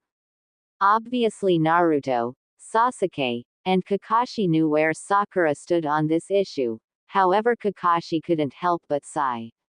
Why didn't Sakura get it? Not even the authority of the Hokage could break this much legality. Perhaps Kakashi had to truly sit down with Sakura and discuss the issue, because obviously there was something here that the Kunoichi wasn't understanding. Setting that aside, Kakashi knocked on the door. Naruto's spirit nearly dropped dead when he heard the words, "Come in," from the other side of the door. Kakashi grabbed a hold of the doorknob and opened the door. Everyone quickly stepped inside. "We're entering Hokage-sama," Kakashi said as Team 7, Fu, and Suzumebachi stood before the Sandaime Hokage.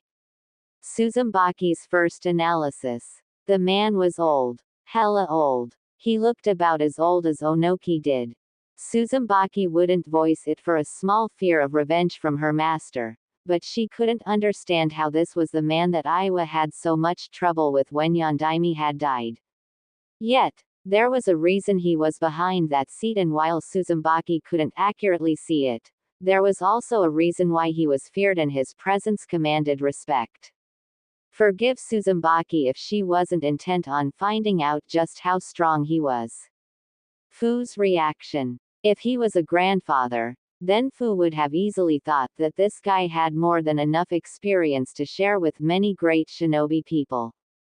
Team 7 reporting Hokage-sama.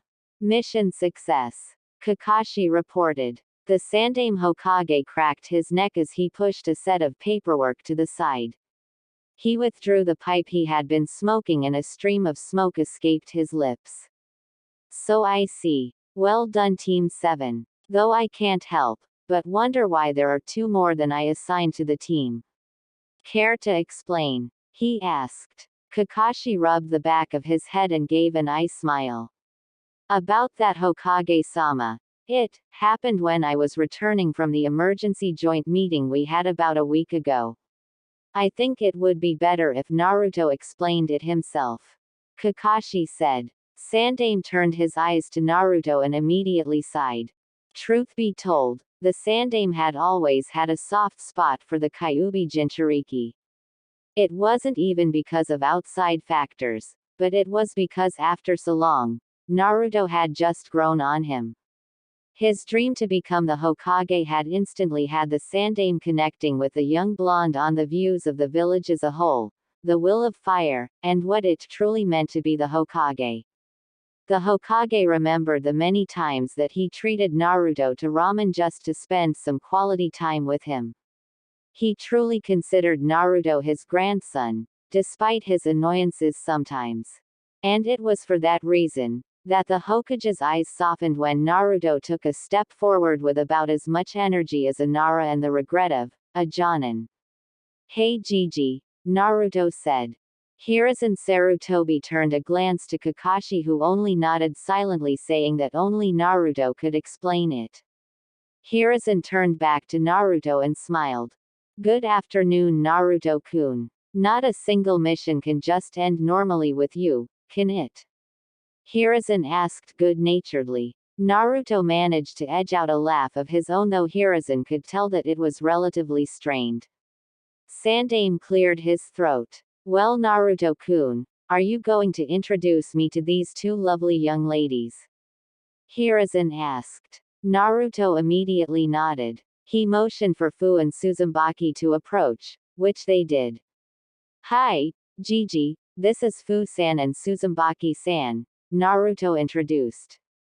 Both girls bowed to the leader of the village and the Hokage gave a nod to them as well, welcoming them to Konoha. However, Hiruzen could see the look of shame in Naruto's eyes as the blonde tried to find his voice. They are my slaves, Naruto croaked out rather tiredly as he held his head down. The room was interestingly silent. Kakashi did feel bad for Naruto, but it would have been a lot better for Sarutobi and for Naruto if Naruto had been the one to say it. Sasuke couldn't help but groan. What was with him and always getting into these situations where he didn't want to be? Okay, sure, fine. He couldn't really blame some of them on Naruto, but this was getting out of hand. Sasuke was tired. He wanted to go home. Not stand around because everyone was too scared out of there to talk. Naruto didn't hear any reprimand and looked up to see the Hokage staring at him. It was a look that Naruto couldn't properly identify, and he was sure he couldn't understand what was going through Sandaime's head. It must have been an eternity, because everyone felt the need to breathe when Hiruzen closed his eyes, crossed his fingers, and took one more lasting breath of his pipe. Explained Naruto-kun. If you fear that I will think less of you, then don't. Do not be afraid to talk to me. Answer me honestly. How did this happen? Hiruzen asked in a solid, yet gentle tone. Naruto swallowed his self-doubt. Fu and Suzumebachi watched as Naruto came to make his story of what happened. Honestly, though they hated their predicament, they felt a tad bad for their new master. Naruto continued with his explanation. He told Hiruzen the same things that he told Kakashi. The fight with Sakura, the need to get away from his team, the sneak into the slave auction, the thoughts he had upon finding out he was in a slave auction, the thoughts he had when purchasing Suzumebachi and Fu, and the ruined thoughts he had about setting them both free. When he was done, Hiruzen could tell that he had done something most thought impossible to Naruto Uzumaki. He had mentally drained the Kyuubi Jinchuriki. I see, Sarutobi said as he began to process his thoughts. Naruto having that level of stealth was certainly unheard of, though given the blonde's natural capacity for pranks then it wasn't that impossible, but to have the subtle tendencies to be able to weave through even as closed an event as a slave auction, marveled the god of Shinobi. Well, Hokage-sama, you can remove it, right? The seal from Naruto's hand allowing them to go free. Sakura asked. She shivered when she noticed Hiruzen gave her a rather intense look. Before we go into things about Naruto-kun, Sakura-san, I would like your thoughts on why you seem so adamant that Naruto-kun cannot take the Hokage position, Sarutobi said, an amount of steel in his voice. Sakura withered underneath his glare, but she was going to be as honest as she could. Well, Hokage-sama. He had the worst grades in the academy. He's the dead last of our generation, and I don't think he would take it seriously enough, Sakura replied. Sarutobi sighed. He could understand some of that. Naruto truly didn't inspire the best confidence out of people sometimes with his antics. Hiruzen could understand that. And just what, in your opinion, makes a Hokage? Hiruzen asked. Sakura shivered at the sudden pressure in the room before holding her head down. I don't know, she answered as best she could. The Sandaime closed his eyes and took a breath from his pipe. Here in Konoha we do not call the dreams of others impossible. We encourage them to the best of our ability and we help make sure that those dreams succeed. To put down another's dream is to deny the existence of your own. I will let you off this once. If I hear any more of this, especially out of what the Academy called a model kunoichi, then I will make sure to have a very long productive chat with you. Understood. The Hokage asked. Sakura quickly stiffened up. She really didn't want to have that happen. Hi Hokage-sama, Sakura proclaimed. Feeling that he had made his point, Hiruzen turned back to Naruto, who was a rather difficult case. What he didn't know was that it was going to be even more difficult as Naruto spoke. Also Gigi, I have to tell you, it's about Fusan Datbeo, Naruto remarked. Hiruzen raised an eyebrow. He nodded, but he blinked when Naruto moved to his side and leaned into his ear. Obviously it was something he didn't want Sakura or Sasuke to know. Naruto whispered into Hiruzen's ear, and if the situation wasn't what it was, then Kakashi would have laughed when he, and everyone else, saw the pipe fall out of Sarutobi's mouth and into his desk. Naruto moved back to his place as Hiruzen took a look at the group, more specifically Fu. To actually bring in the Jinchuriki of Taki, a slave no less. I don't know if this is Naruto's luck or the world moving in a strange direction. I never thought Taki's hatred of their Jinchuriki would be so bearing that it would prompt selling her into slavery. How can I handle this? Hiruzen asked. Truth be told, he couldn't handle it. A Jinchuriki was a powerful military asset to any village, and to have even one was an excellent case. Yet, this green-haired girl was a slave. Hiruzen was going to admit it. His clan had slaves, once upon a time. Not their proudest moment of life, but it had happened. Hiruzen was well versed in slave laws. Sure, there were humanitarian societies that looked down on slave masters or tried to help slaves, but runaway slaves were not pleasant to deal with. Most were either killed or others given an extremely unfair punishment, but it was at the discretion of the master, so nothing could stop them. It was the law after all. How sometimes Hiruzen hated that word. Legality isn't always right. She was a Jinchuriki, enslaved to another Jinchuriki. Hiruzen was sure that just by her Jinchuriki status it warranted the council, but it was easy for the god of Shinobi to see if he did bring it to the council, then they would ask where she came from. Hiruzen wasn't confident in the council's wants of a Jinchuriki having a Jinchuriki for a slave, but it was legal. Nothing in the law said that Naruto couldn't have another Jinchuriki for a slave. Yet one of the problems Hiruzen was figuring was that Naruto having Fu as a slave was a waste in a way. Slaves in general had no rights. Granted, if a master was kind, then they said, you have the right to do this, or that, but that was more like a pseudo-right, as the master was more or less allowing it to happen. Plus slaves only had one master. There could never truly be two. Even in the case of families where there was a master and a mistress, the master's word still helped prevalence over the mistress' word. What Hiruzen was trying to get at here was that slaves could not be shinobi. Shinobi answered to the Hokage and the power of Hai no Kuni, a slave who did not do this. They answered to their slave master. That was essentially a Jinchuriki and Biju in the village without having the might to do anything with it. Granted, Hiruzen would never have wanted the young woman to become a weapon anyway, but the fact that her powers couldn't directly be used in the force for Konoha was a little worrying. But that wasn't the problem. Well, okay, yes it was, but it wasn't the most major one. By law, Naruto was allowed to have slaves. Not even Konoha could prohibit the selling and buying on slavery if the daimyo didn't agree to it as well. It was a very complicated political issue that Hiruzen didn't like.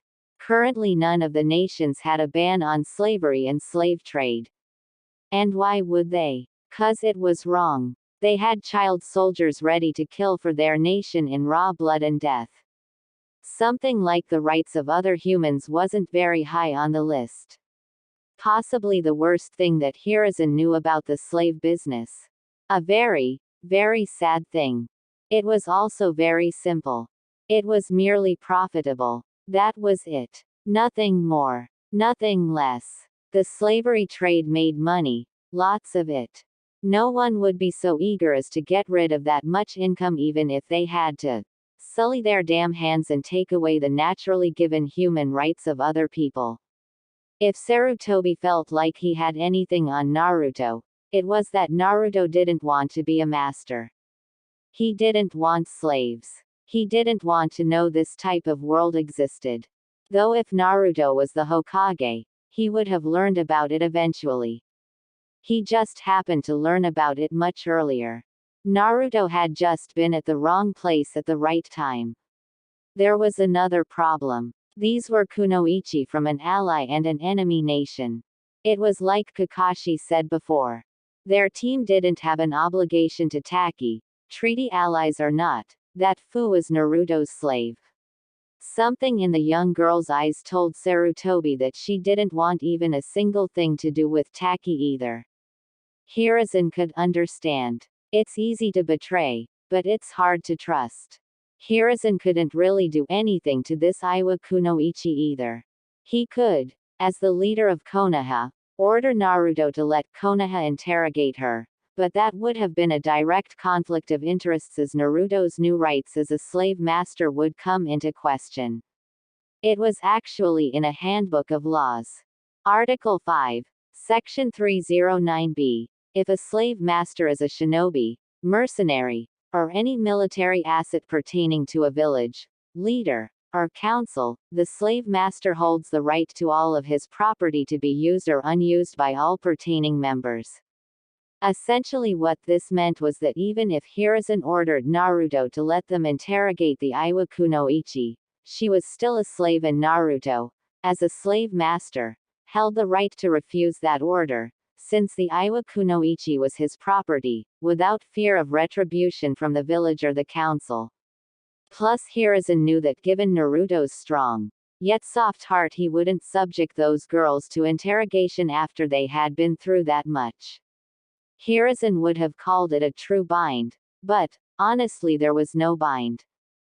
Hiruzen was trapped in a political loop where he could truly do nothing. Naruto-kun, show me the seal on your hand, Hiruzen said. Naruto quickly nodded and showed the Hokage the seal on his right hand. Hiruzen gazed at it. So this is the master seal. There must be something to this or it wouldn't take so much effort to remove. I might have to bring Jiraiya back earlier than I anticipated, especially if another Jinchuriki is involved, Hiruzen thought to himself before he nodded and allowed Naruto to return back to his post. The most interesting tale is Naruto-kun. However, I agree with Kakashi's assessment. No matter how infuriating those words from your teammate were, a Hokage must always act rationally and think about the best course of action. That said, I do commend your stealth skills.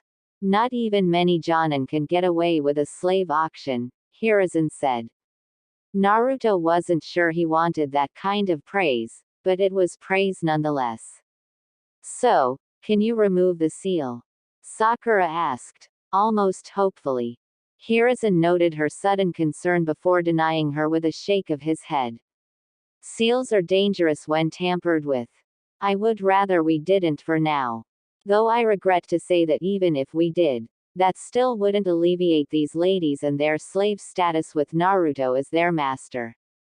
It would help that they wouldn't have to fear for their lives in the distance of the village, but no. Legally Konoha can do nothing to either help or condemn them. That all lies with Naruto-kun, Hiruzen said. The Sandaime noted Naruto's look and sighed. I know it will be tough, Naruto-kun, but just imagine what would have happened if you hadn't been there. It might have been a blessing in disguise that you bought them both. No one may see it now, but I'm sure you will do right by yourself and by them, Hiruzen encouraged. Naruto gave a nod and his best, for his mood, smile. Thanks Gigi. I'll do my best, Naruto said. Hiruzen nodded. Sakura deflated at the news before giving Naruto a light glare that Hiruzen and Kakashi didn't miss. It seemed that someone was much against the issue even more than everyone else in the party was. Hiruzen sighed. If that is all, then Team 7 you are dismissed for a job well done. Kakashi, I will expect the report by tomorrow. No later. You may have the rest of the week off. Dismissed, he said. Team 7 saluted their Hokage before they filed out of the room. Naruto-kun, be strong my boy. You will need to be. For you are not the only one who suffers here, Hiruzen said before moving back to his work. Damn paperwork. Exiting the Hokage mansion, Team 7 made it into the streets. Alright my cute little genin. You heard Hokage-sama, we have the rest of the week off. Use your time wisely because we will pick up the pace for missions in the middle of the week. Well, I'm off. Don't do anything I wouldn't do, Kakashi said with a wave before vanishing in smoke via the Shunshin technique. With their sensei gone, this left Sasuke, Sakura and Naruto alone. Nay, Sasuke-kun, would you like to do anything on our days off? Sakura asked. Sasuke hardly looked interested in her question as he was looking off in the direction of his apartment. Do what you want. I'm going home, Sasuke said as he stuffed his hands in his pockets and walked off. Sakura deflated and Naruto resisted the urge to help her. It wasn't like him to stay mad at someone, but given Sakura for the past few days and her words back in the Hokage mansion, forgive him if he wasn't too keen on being around her for a while. Naruto only shook his head before turning around. He faced Fu and Suzumebachi. The master looked at the servants. Nothing was going to change this situation. But Naruto could at least make them feel welcome even if it was a somewhat unwilling welcome. Well, I guess we can start by showing you my place Datbao. Then, I guess we'll go on from there, Naruto responded. Fu and Suzumebachi nodded. Yes master, they said. Naruto decided to take the word in stride and he hoped with time he would be able to not find the word so isolating. So Naruto, Fu, and Suzumebachi left Sakura to her own devices and entered the village. During their walk to Naruto's apartment, Naruto pointed out some more stores that they could go to or good places that they could eat. Now that Naruto thought about it, he would have to give them some money, or at least some type of daily or monthly allowance to spend on what they wanted. Some type of regulated stipend would probably work. Naruto opted to carry his own things, much to his surprise, Fu and Suzumebachi's distaste. It wasn't like Naruto was trying to go against giving them things to do, but he had never had anyone to help him with things. He had always done it on his own. To just suddenly have help was a change he needed to adjust to. He was sure it was the same for Fu and Suzumebachi. Naruto was sure that adjusting to slave life was never easy. Soon the three came up to Naruto's apartment. Alright, my house is on the 3rd floor at the very end of the walkway. I'll make sure to get you both keys so you can get in. Sorry if it's too small. It's meant only for one person, but I think we can make it work. I have about 3 closets so I'll move my stuff from 2 of those and allow you both to use them if you want. I guess I have to make some kind of schedule for you both to work, don't I? Naruto asked a rather rhetorical question. Fu and Suzumebachi blinked as Naruto slumped his shoulders. He then guided them up the stairs into his apartment door. He quickly opened the door, allowing both to enter. It's surprisingly clean, Suzumebachi thought to herself. Granted she had never been in a young man's room before, but she had always assumed a guy's room was messy just out of perspective. Master, would you like us to put your things up? Fu asked. Naruto turned back to her. At least let me show you where everything is first then we'll get to that, Naruto said. The grand tour wasn't as spectacular as anyone could have expected. It was just an apartment after all.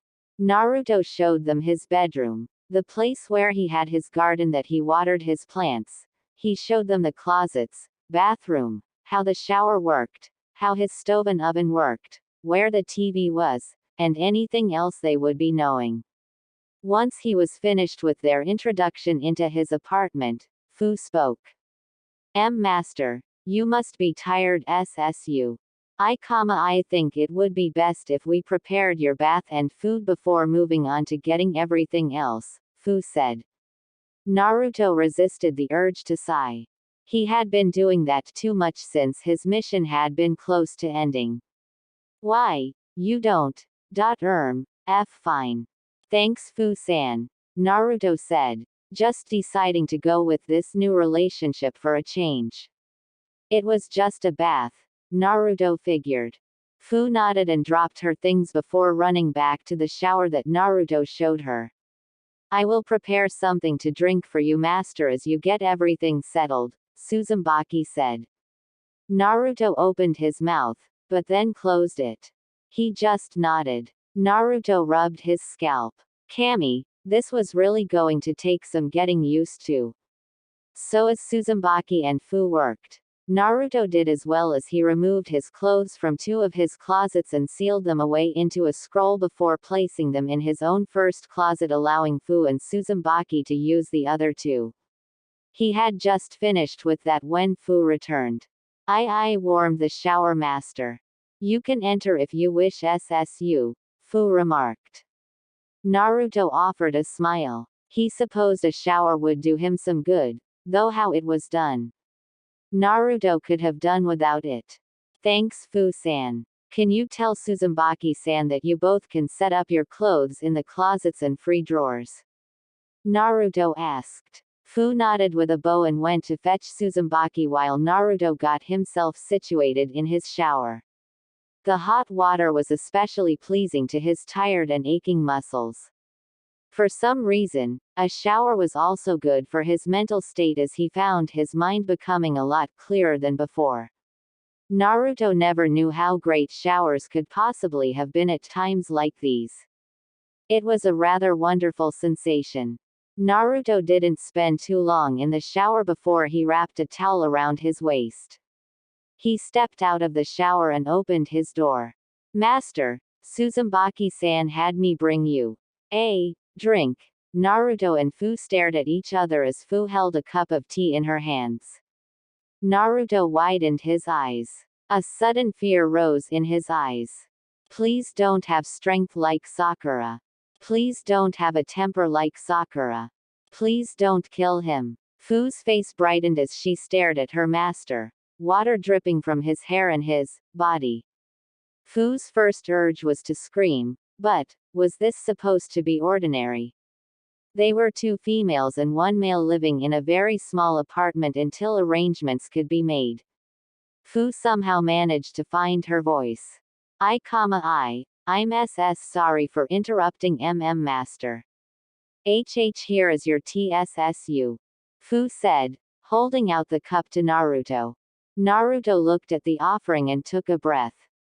Thanks Fu-san. I'll quickly get changed and you both must be tired as well. You can use the bath now that I'm done, Naruto said before Fu just nodded with a bow and stiffly walked away.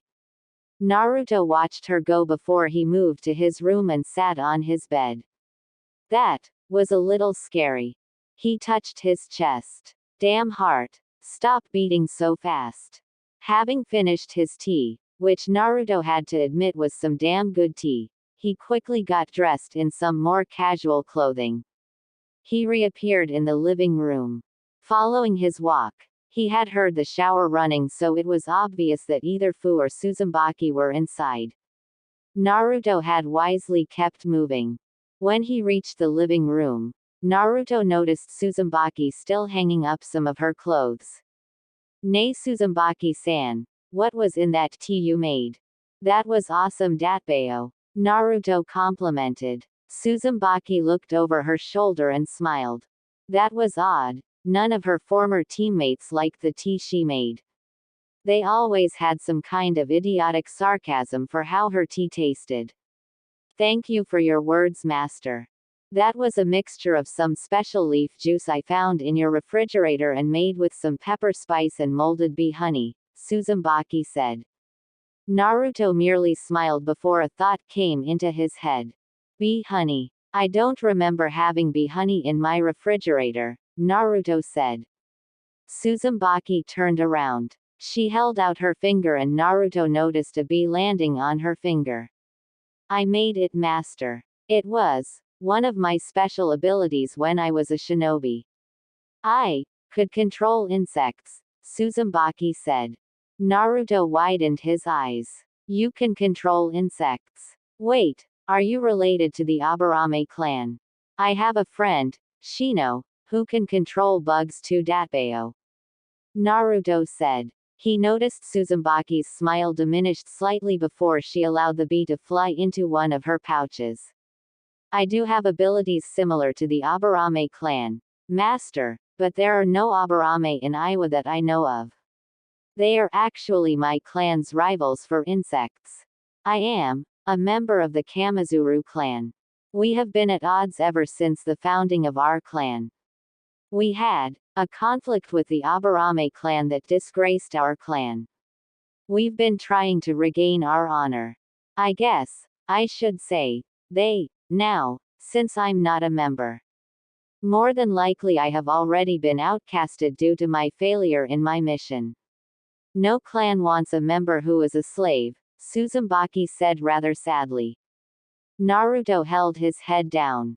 I'm sorry. I thought what I had was a good idea, but it turns out that I was just being stupid. If I had my way you would have been back there right now, instead of here, Naruto said, but Suzumebachi shook her head. It is done, master. Anything I do is by your will now, Suzumebachi said. Naruto didn't know how to respond to that statement, but luckily he didn't have to as Fu came out with a fresh set of clothes. She glanced at Naruto for a moment and Suzumebachi was certain that Fu's cheeks were a tad redder than they were before, but she didn't think about it as Fu spoke. The shower is yours, Suzumebachi-san, Fu said. Suzumebachi nodded and quickly took it over.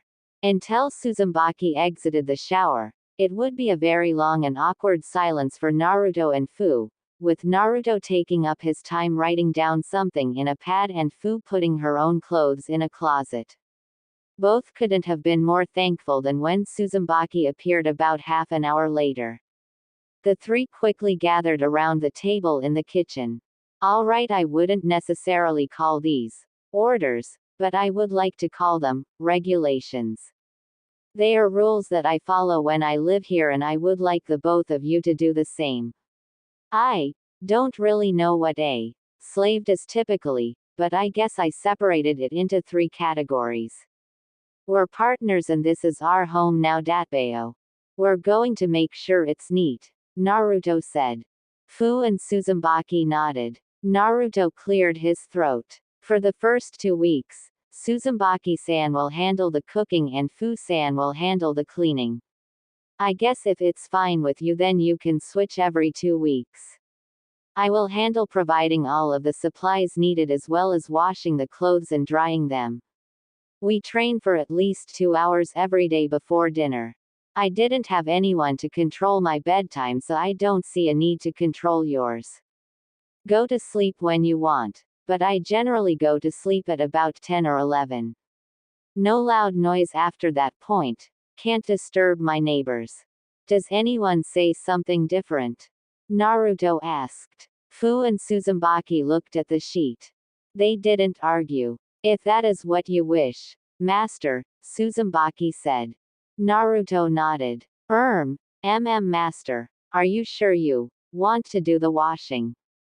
I mean, not to speak back, but will you be comfortable with washing our clothes?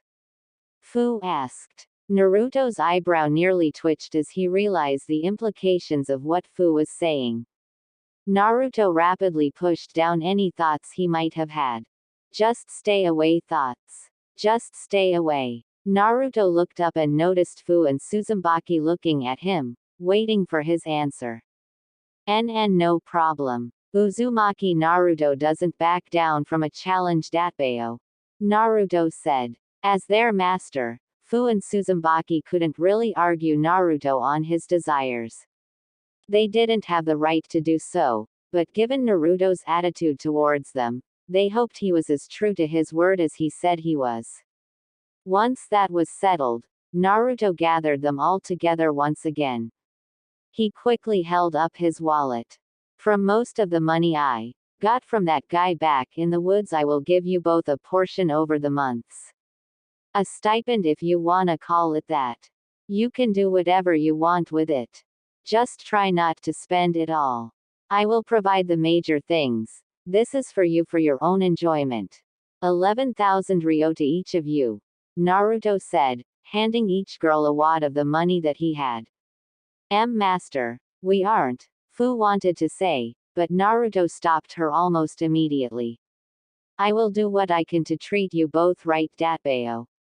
I can't give you back your rights, but I can try to help you be happy with what you have. Just consider it like this. I, Uzumaki Naruto, order you girls to use this money as you want, Naruto said. Fu and Suzumebachi were sure that orders weren't supposed to go that way, but it was an order nonetheless. Both took the money and pocketed it away.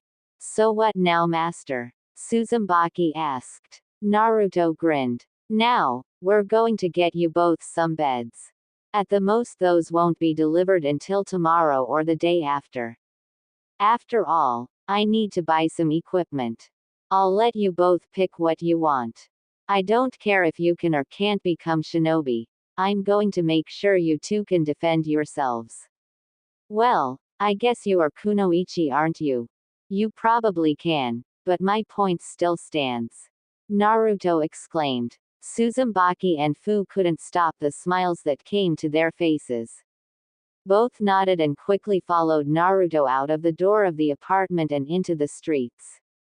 If Naruto were honest, he was sure that Fu and Suzumebachi weren't putting as much thought into their beds as he might have thought they would. He couldn't place his finger on it, but both had just gotten beds similar to his own. Naruto had those paid for easily enough, with the manager stating that they would be delivering along with the supports for them in about 3 days, which meant an extra day than what Naruto had originally thought. Naruto also got them some bedsheets that they wanted. They quickly left the store and made their way over to a shinobi supply shop. So, you're both kunoichi. What ranks were you guys? Naruto asked. The green and brown-haired girls turned to him in relative surprise. I was still a genin master, Suzumebachi said. Naruto gave her a small look before turning to Fu. The Nanabi Jinchuriki scratched her cheek. Genin as well, Master SSU. Though I was mostly kept isolated from some of my teammates, Fu said. Naruto nearly let out a snarl, but managed to rein it before it made itself known. He didn't like bringing up bad things. So you guys must know some cool jutsu, right? Naruto asked. Suzumebachi and Fu chuckled, despite themselves and their situation. Nearly everyone their age would have loved to learn more jutsu. Nothing too awesome, SSU. My knowledge of jutsu is rather limited, but one of my sensei always praises my strength, SSU. I have a limited ability to control some dragonflies and smaller insects. Not the best of abilities, SSU, Fu replied. Naruto and Suzumebachi widened their eyes as Fu explained their abilities. Suzumebachi had never imagined that her fellow slave was also capable of incorporating bugs into her skill set. Whoa, any chance you guys could teach me to do that? Naruto asked. The walk was a little silent for a moment before Suzumebachi cleared her throat. I would say no, master, merely on the fact that I was a clan member and members of a clan aren't able to teach people outside of their clan their techniques, but I suppose I'm not a part of the Kamizuru clan anymore. Not many people enjoy bug, master. Plus, Forgive me for saying that, but you do not seem like the type of person who would find this style of combat effective. I can't say because I have never seen you fight. I would better know if I had something to base it off of, Suzumebachi said. She was surprised her master didn't get depressed immediately. Naruto could understand that. It was essentially the same with the clans in Konoha. Well, we'll be meeting with Kakashi-sensei in the middle of next week. I'm sure he'll have us sparring a bit. I guess you can take a look then, Naruto said. Suzumebachi agreed. Naruto turned and noticed Fu scratching her cheek.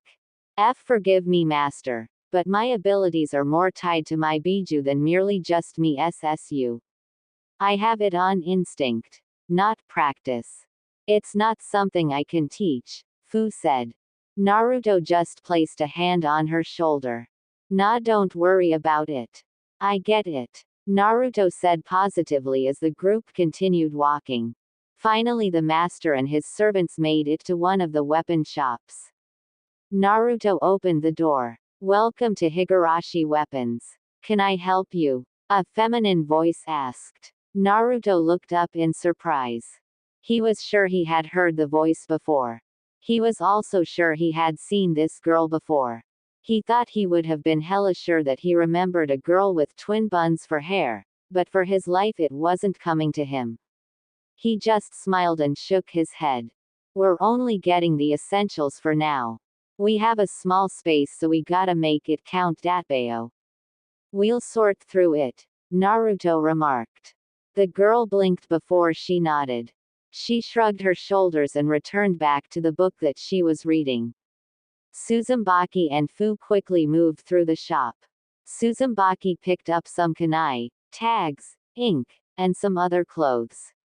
She doubted she would ever wear anything shinobi related again, but it was nice to have. Opposite of her, Fu had picked up some shuriken and some leg weights as well as a standard academy pack that anyone below genin could buy. Is this enough, master? Fu asked. The girl behind the counter widened her eyes as she looked up from her book. She noticed Fu holding a pack of senbon in her hands. She watched Naruto look them over. Yeah, those will do, I guess. We can store them back in the house. I personally think senbon is boring, but if you like them then go for it, Naruto said. The Nanabi Jinchuriki quickly agreed. The girl behind the counter frowned as she looked at Naruto. Either these guys were heavily into roleplay or there was something entirely wrong with this situation. Master, how many sets do you believe we will need? Naruto heard Suzumebachi call from her side of the store. It's on you, Suzumebachi-san. You probably know the amount better than I do, Naruto called back. The girl placed her book down and leaned her elbows on the table. Master, is there a hidden meaning behind that I should know about? The girl asked, making Naruto stiffen. He turned back to see her eyes nearly piercing into his skull like a pair of kunai. Naruto didn't know how many people were experienced in this whole master-slave thing, but from this girl's tone, she didn't look amused by the situation. Though to be honest, it wasn't any of her business. At least it wasn't as far as Naruto was thinking it should be. It pained him, but he might actually have to pick up a damn book and read on the master's rights and the laws regarding slavery and slave labor, as much as he hated it. Don't get him wrong, it had only been a couple of days for him since the whole thing. He wasn't used to this stuff yet, but he was doing it in his own Naruto-ish way. Why are you asking? Naruto asked. The girl shrugged her shoulders. Color me curious, I guess. Not the most traditional friendship I've ever seen. Just intrigued, she said. Naruto had learned to read people growing up, or at least he felt confident in himself to be able to read civilians and genin-level shinobi. This girl was studying him, inspecting him even. Do I know you? Naruto asked. The girl gave a small grin.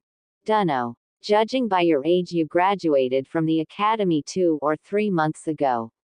We probably had some classes. Name's Tenten Higurashi if the name of the store didn't give it away, she said. Naruto looked at her. He did remember having studies with a weapon fanatic by that name, but she must have only been in passing. Oh, Naruto said. Tenten and Naruto stared at each other for a little bit of time before Tenten turned to see Fu and Suzumebachi talking. Never seen them before in this village, she said before glancing at Naruto. The blonde frowned and folded his arms. Yeah, that's because they aren't from Konoha. They just arrived today with my team, Naruto said. He noticed Tenten's eyes hardened. Oh, I thought they were in the village 'cause I figured only close friends would joke around like that. However, you have to admit, it's a really poor joke, she said. Naruto glared at her. Suzumebachi-san. Fu-san. You can put everything back. We're leaving. Naruto called out. Fu and Suzumebachi looked up in surprise, but they noticed Naruto and the girl at the counter staring at each other rather harshly. Why did they have to leave with you? I'm sure you can leave on your own, Tenten replied. Fu and Suzumebachi could feel something happening between these two. They could see it in their master's eyes that he was a little crossed between difficult places. Fu and Suzumebachi quickly placed the things they had back before they started on their way to their master. None of that will be necessary. The tension broke as everyone heard a gruff voice speak from behind the counter door. "Tu-san. I thought the furnace had to be cleaned," Tenten said as she noticed her father smirk. "Well, it's been cleaned. Now then, Tenten, what have I told you about harassing the customers?" the man asked. Tenten wilted at his words. She sighed angrily before giving a last look to Naruto. She then walked behind the door and shoved it out of her way. The man sighed before he turned to Naruto, Suzumebachi, and Fu. "My name's Daichi Higurashi, kid. You'll have to forgive my daughter. She's a little headstrong for her own good," the man named Daichi said. Naruto glanced at him for a moment before he shook his head. Naruto didn't want any trouble. He just wanted to get them what they needed and then leave. He glanced at Fu and Suzumebachi, awaiting his orders. Naruto nodded for them to proceed. Both former kunoichi retrieved their supplies and placed them on the counter. Daichi rang up the price and Naruto paid for it. Naruto quickly gave him a bow as Fu and Suzumebachi grabbed their things and left out the door. Daichi watched them go. Now, to have a talk with a certain girl about professionalism. Meanwhile, it didn't take long for Naruto, Fu, and Suzumebachi to return home. Fu and Suzumebachi quickly set the bags on the table while Naruto sat in a chair. That confrontation back at that weapons shop had worn him out a great deal. He really hated it when others had to press an issue he didn't want to have pressed. He knew Tenten had a high suspicion of him as a slave master, but in hindsight it wasn't like he tried to hide it at all. Perhaps that was something that needed changing in the very near future. Naruto didn't want Fu or Suzumebachi to be put under scrutiny from his village. At least not when he tried hard to actually put Konoha in a good light like any shinobi would. "Master, would you like me to get dinner started?" Suzumebachi asked. Naruto turned to her for a moment before he grinned. He was starting to get hungry. Yeah, that sounds great, Datbeo. Naruto responded. Suzumebachi nodded before she moved to the kitchen area and took out some of Naruto's pots and pans. "I'll go put our supplies up, master," Fu said, taking the bag off the table. Naruto just allowed her to do so. He removed himself from the main room and appeared back in the bedroom.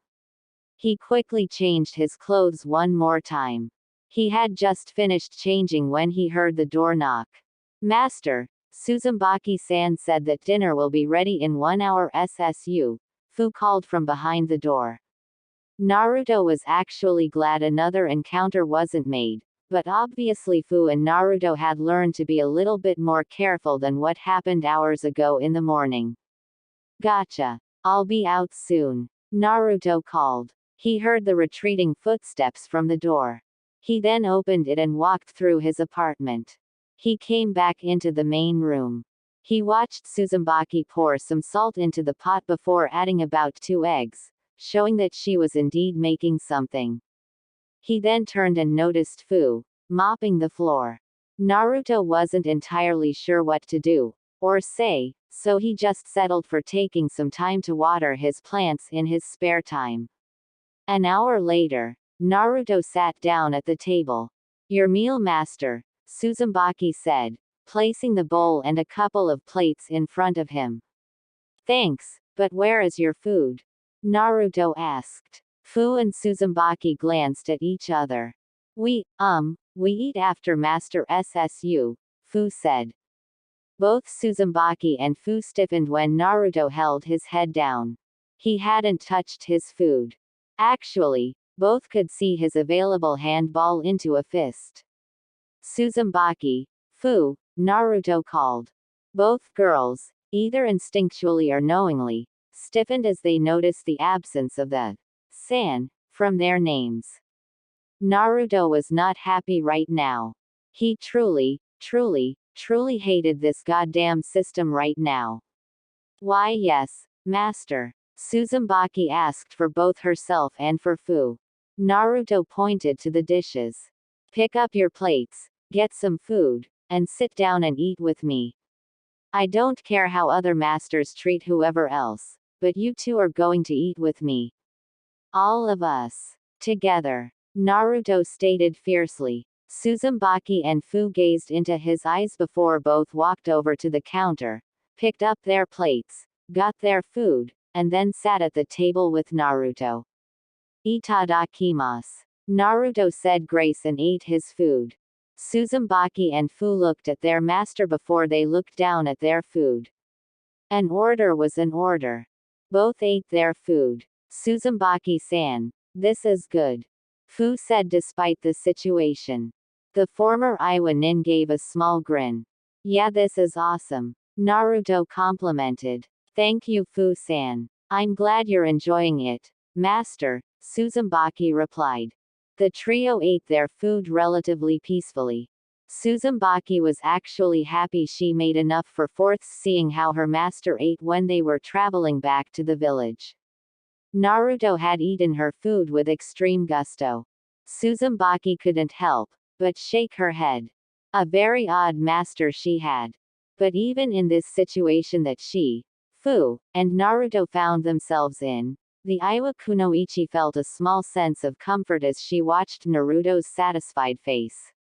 Fu had proceeded to collect the plates and wash the dishes. After which Naruto had essentially demanded they all spend time together, which, while yes they had done that the whole day, but apparently Naruto didn't think they had enough. So, the master and his slaves gathered around the TV in the center of the room and watched programs for a couple of hours as the sun went down. Naruto brushed his teeth, then Fu, and lastly Suzumebachi as the three got ready for bed. Though, there was a problem. Naruto looked at his bed. Fu and Suzumebachi's beds wouldn't be here for another 3 days. Naruto gave a sharp sigh. He quickly turned around. Even if he was the master of these girls, he couldn't bring it to him to just have them sleep on the floor. He didn't like it either, but he wasn't about to voice the complaint. Well, good night, Naruto said as he made his way out of the door out of his room. Master, it's going to be very cold tonight. Are you sure you will be alright? Suzumebachi asked. She wasn't exactly sure why she was worried. As a kunoichi, she was used to taking advantage of her opponents and their weaknesses, but her master had been very understanding and very tolerable. Maybe that was why. Naruto smiled. Don't you worry about me. I'm tough, Datbeo, Naruto said. Suzumebachi and Fu glanced at each other. Both quickly nodded and simultaneously grabbed Naruto's arms. Hey, what are you two doing? Let me go. We don't have to do this. I don't want to do this. Naruto exclaimed as he was dragged back into the room. We are only looking out for your best interests, Master SSU, Fu said with a mischievous grin on her face as Suzumebachi turned out the lights to the room.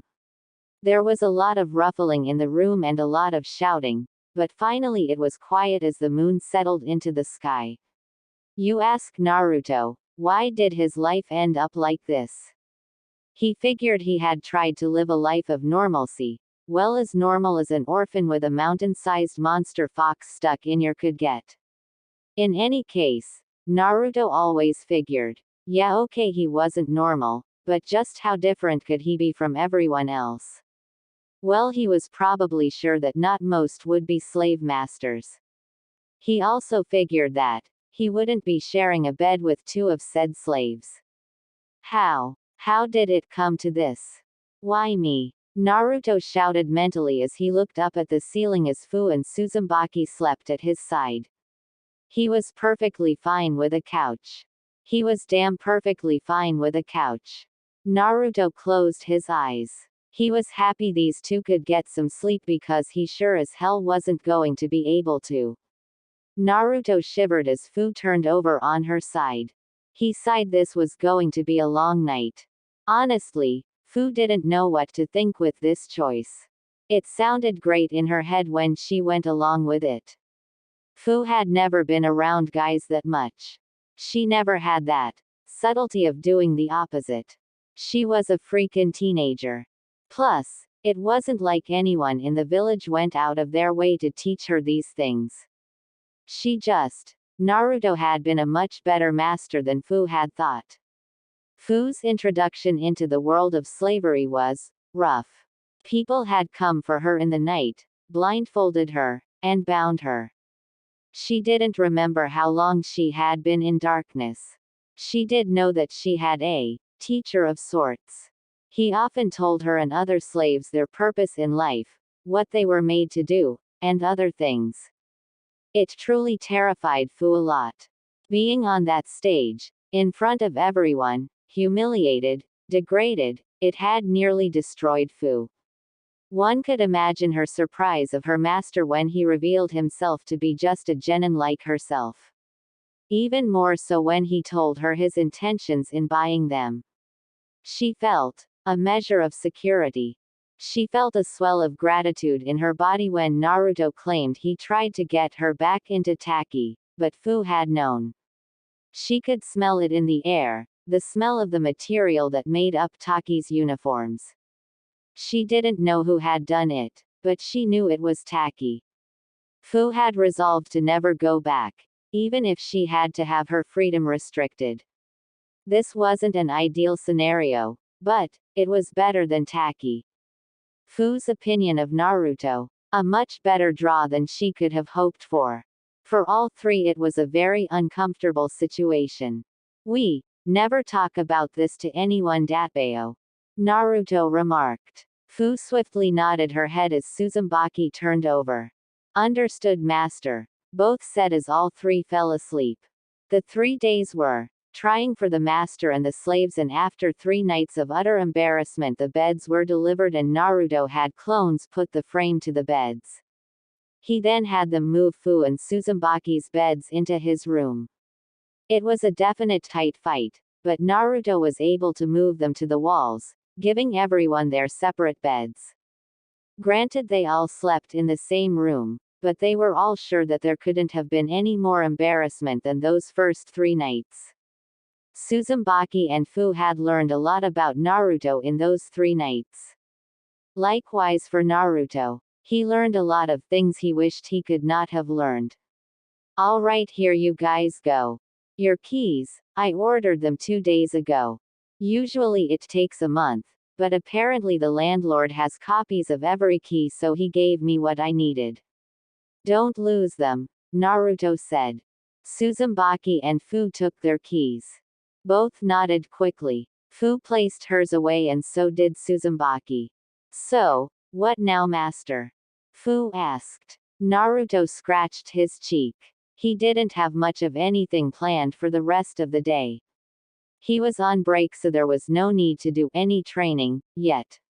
He crossed his arms and adopted a thinking posture. Well, I guess what the first thing we can do is. Naruto didn't get much farther as a knock came to his door. He turned around, a little surprised. I'll answer it, master, Suzumebachi said as she moved and grabbed the door handle. She slowly opened the door. Naruto widened his eyes.